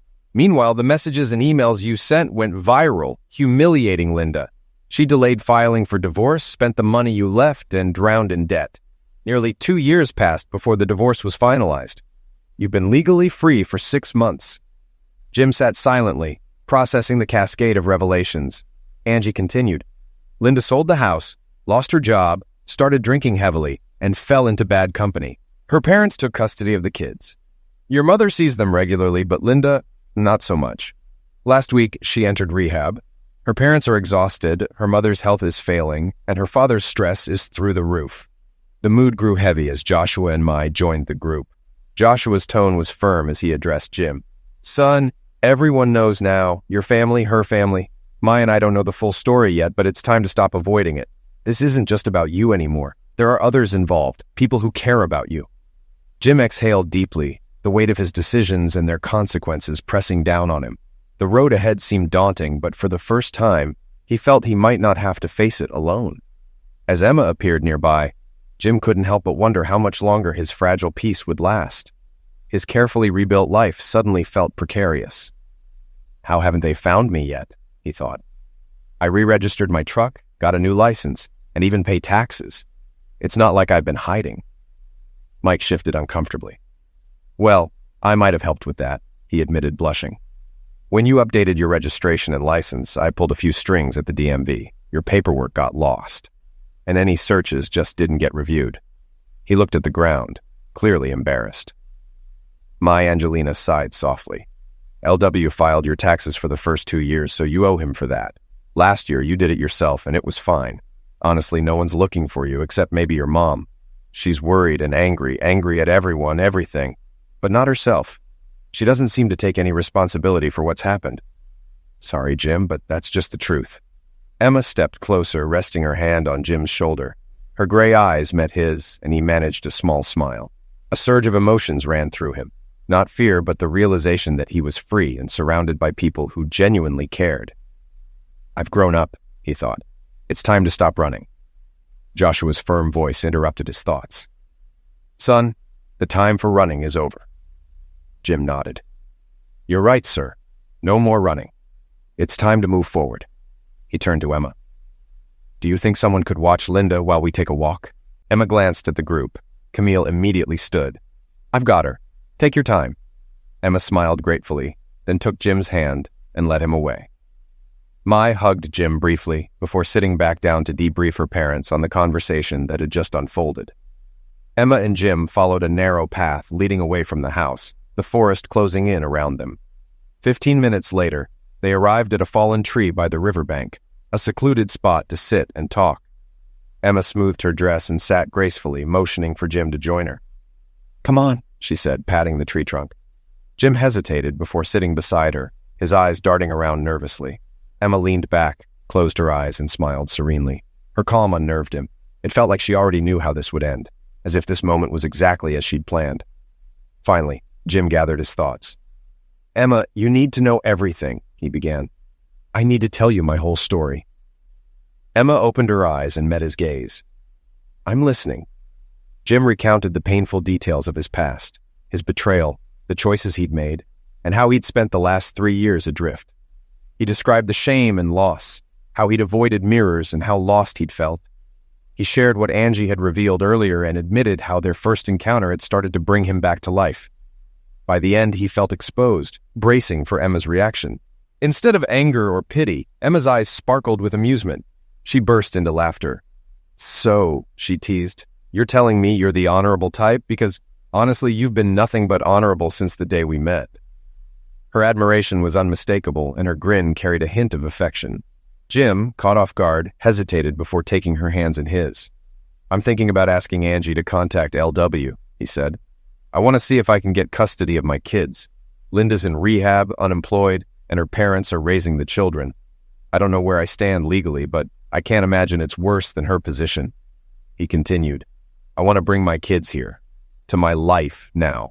My mom deserves time with her grandchildren too, but first I need to build a house big enough for everyone. Emma blinked, clearly surprised. You want to do all of that? She asked softly. And do you have feelings for me? Jim smiled. Yeah, I think I do. I care about you and Linda, and I think you could be part of this family I want to rebuild. Emma's grin widened. So you're saying you love me, or that you could? I think it's possible, Jim admitted. Then gathering his courage, he kissed her. It wasn't dramatic, just simple and sincere, but to Emma it felt like a promise. You're mine, she said softly, smiling. And I'm yours. She continued with renewed determination. I know an architect who can help us design your house. And we'll have Angie start the custody process with LW. Don't worry about legal fees, we'll figure that out later. Jim nodded, overwhelmed but hopeful. Without another word, he pulled her into a hug, their laughter mingling with the rustling leaves. 45 minutes later, they returned to the party, brushing off leaves and grass. Emma's cheeks were flushed, and Jim's grin was wider than it had been in years. Over the next few days, plans began to take shape. Angie contacted LW to start the custody case. Jim met with Joshua to discuss purchasing land and designing a house with space for his children and an addition for his mother. He even offered his current home to Linda's parents if they wanted to stay close. For the first time in years, Jim felt like his life had direction. With Emma by his side, he was ready to face the future. Emma accompanied Jim to meet the architect, where they discussed their plans. The architect provided insightful suggestions and estimates, which pleasantly surprised Jim with their affordability. The following Monday, Jim applied for a construction loan, while Angie reached out to LW and one of his associates to outline the custody case. LW advised that Jim would likely need to return to Illinois for the court proceedings. With nearly 4 weeks of accrued vacation, Joshua assured him, take as much time as you need. Family comes first. Meanwhile, Angie crafted a strategic twist for the case, collaborating with LW through video calls and emails. Jim and Emma's relationship continued to deepen, though Jim remained cautious. In contrast, 5-year-old Linda showed no such restraint, clinging to Jim's hand, laughing more freely, and demanding goodnight hugs and kisses. Her boldness peaked one day when she asked, "When are you going to marry my mom? I'm getting old and I need a dad." Jim couldn't help but laugh at her precociousness. When the court case began, it went smoother than Jim had feared. Though some of his actions raised moral questions, they weren't illegal. Linda's parents supported his plans, and Jim sweetened the deal by offering to let them live with him and the children. Angie and LW delivered the news, explaining Jim believed they wouldn't want to speak with him directly. To Jim's surprise, his former in-laws were eager to reconcile, expressing regret and support. In the meantime, Jim's life continued to improve. His small construction business thrived, and his home was rapidly taking shape. Within weeks, the foundation, floors, and roof were completed, and by the second month, the house stood finished. Emma, Linda, Mai, Angelina, Camille, and even Sally helped decorate, turning it into a welcoming home. When Jim received notice of the court date, Linda had just completed rehab and was struggling to rebuild her life. LW began selling her house to avoid foreclosure. Jim packed his truck, said heartfelt goodbyes to Emma and his newfound family, and drove to Cicero. Angie promised to join him for the trial. Returning to his hometown felt surreal. His old house was in disrepair. Overgrown grass, a dented garage door, and boarded-up windows spoke of neglect. Jim bypassed it, heading instead to his mother's apartment. She met him at the door with tears streaming down her face, hugging him fiercely. "I'm sorry, Mom," he whispered. Her radiant smile melted away his guilt. She pulled him inside, carried his bags to the guest room, and returned with coffee. "LW will be here soon," she said. "For now, I just want to look at you." 2 hours later, LW arrived with Penny Wilson. After introductions, they discussed the case. Angie would arrive Friday, and the trial was set for Monday. LW described the judge as strict but fair, emphasizing the need for a solid argument. "He doesn't tolerate betrayal, but also frowns on fathers who abandon their families," LW warned. On Friday, Jim picked Angie up from the airport. She greeted him warmly, bringing much-needed levity. During the ride back, she updated him on her research and support from her fiancé, Robert Taylor. The next day, the legal team gathered to finalize their strategy. Angie's research added confidence, but Jim couldn't shake the feeling something was being withheld. LW reassured him, "You're just nervous. Everything is fine." Monday morning was crisp and clear as Jim arrived at the courthouse. LW, Angie, and Penny were waiting outside courtroom 319. As they exchanged greetings, the elevator doors opened and Linda stepped out with her lawyers. Dee and Jane accompanied her. Linda's once beautiful face was now pale and gaunt, her features weathered by time and hardship. She spotted Jim but was restrained by her companions. Angie whispered, "She looks rough." Jim's reply was sharp. "Pity, huh?" Moments later, the elevator opened again, revealing Jim's mother and Linda's parents. His mother hugged him tightly, followed by Linda's mom, whose warmth surprised him. Then Linda's father extended his hand. Jim hesitated before shaking it, blurting, "Linda just went in." Linda's father smiled. "We're here for you, son," she had her chance. "Now it's your turn. Just be polite." Overwhelmed, Jim pulled the older man into a bear hug. "Thank you, Dad." Together, Jim and his group entered the courtroom. He took his place at the plaintiff's table with Linda's parents and his mother seated behind him. A few other spectators, including 2 bored-looking reporters, dotted the gallery. Linda and her legal team sat at the defense table, occasionally casting glances toward Jim's side. At 9:05, the bailiff called the court to order. "All rise for the Honorable Thomas Kincaid, Family Court Judge. The court is now in session. Case 213, James R. Carlisle v. Linda Kramer for custody of 2 minor children, Emma Louise Carlisle, age 12, and Thomas James Carlisle, age 9. Issues of child and spousal support are also on the table. Please be seated." Judge Kincaid took his seat, rapped his gavel once, and addressed the room. "Are all interested parties present?" Linda's lawyer stood. "Linda Kramer, defendant, Your Honor. John Schultz, representing Miss Kramer." "Louis W. Stearns for plaintiff James Carlisle, Your Honor," LW responded confidently. The judge glanced at his notes. "This appears to be a custody case involving 2 minor children and permission for an out-of-state move. Miss Kramer, is that accurate?" Linda stood. "Yes, Your Honor. My ex-husband thinks I'm unfit and wants to take my children away." The judge's expression grew stern. "And you 2 are divorced, correct?" "Yes, Your Honor," Linda confirmed. "May I ask why you divorced?" Jim tensed, ready to respond, but LW placed a firm hand on his arm. Not yet, he whispered. Linda's voice quivered as she began. We had been out dancing at Morrison's. It was a difficult month and we were trying to celebrate. Jim and I argued and he— Objection! LW interjected sharply, rising from his seat. The judge frowned. On what grounds? Miss Kramer's statement is misleading, Your Honor, LW replied evenly. Schultz stood, his tone defensive. Your Honor, this is unnecessary. These details have no bearing on the case. The judge deliberated for a moment. Objection sustained. However, Miss Kramer hasn't been sworn in yet, so we'll proceed cautiously. Miss Kramer, let's get to the facts. What really happened that night? Linda faltered, her pale face betraying her distress. I can't, she stammered. It's not what you think. Schultz quickly rose again. Your Honor, I object to any insinuations about my client's personal life. These allegations are irrelevant. LW smiled, his confidence unshaken. Angie exchanged a knowing glance with him. The judge raised an eyebrow. Miss Kramer, are there allegations of misconduct here? Please clarify.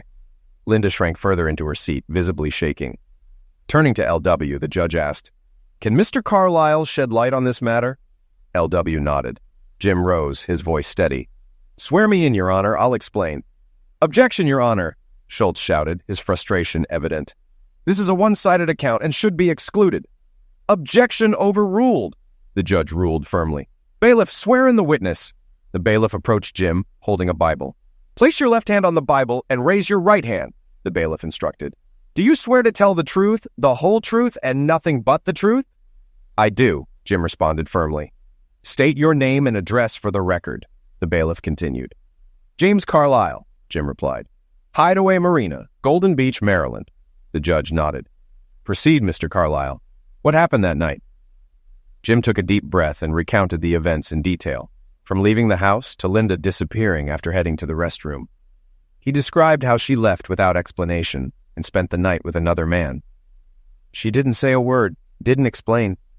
She just left, he concluded, looking directly at Linda.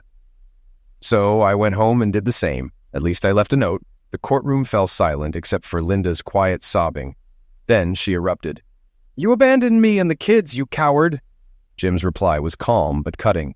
Just like you abandoned me. The judge banged his gavel twice. Order. Any more outbursts, and I will take action. Turning to Linda, he asked, Is Mr. Carlyle's account accurate? Tears streamed down her face as she hesitated, the truth visibly crushing her. Yes, Your Honor, she whispered. Everything he said is true. I ruined everything. The judge turned his attention back to Jim. While I sympathize with your situation, leaving your family for nearly 4 years is a serious issue. Jim opened his mouth to respond, but Angie stood, pulling him back to his seat. Your Honor, may I address the court? And you are? The judge asked. Maya Angelina Lowell, Mr. Carlyle's lawyer from Maryland, Angie replied. There are people here who can provide additional context. The judge nodded, and Joshua Lowell stood. Your Honor, I've known Jim for 4 years. When he arrived, he was broken, but he's rebuilt himself. He's proven his integrity and character. One by one, others spoke on Jim's behalf.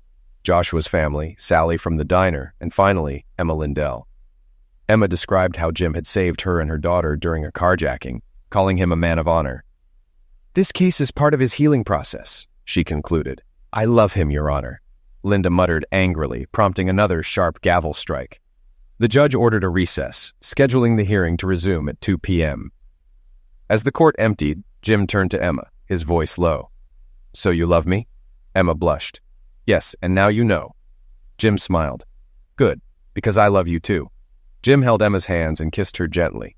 Turning back toward the group, they were met with smiles, laughter, and a few blushes from their friends and family. Together, they walked to a nearby steakhouse for lunch. The atmosphere at the table was light and celebratory.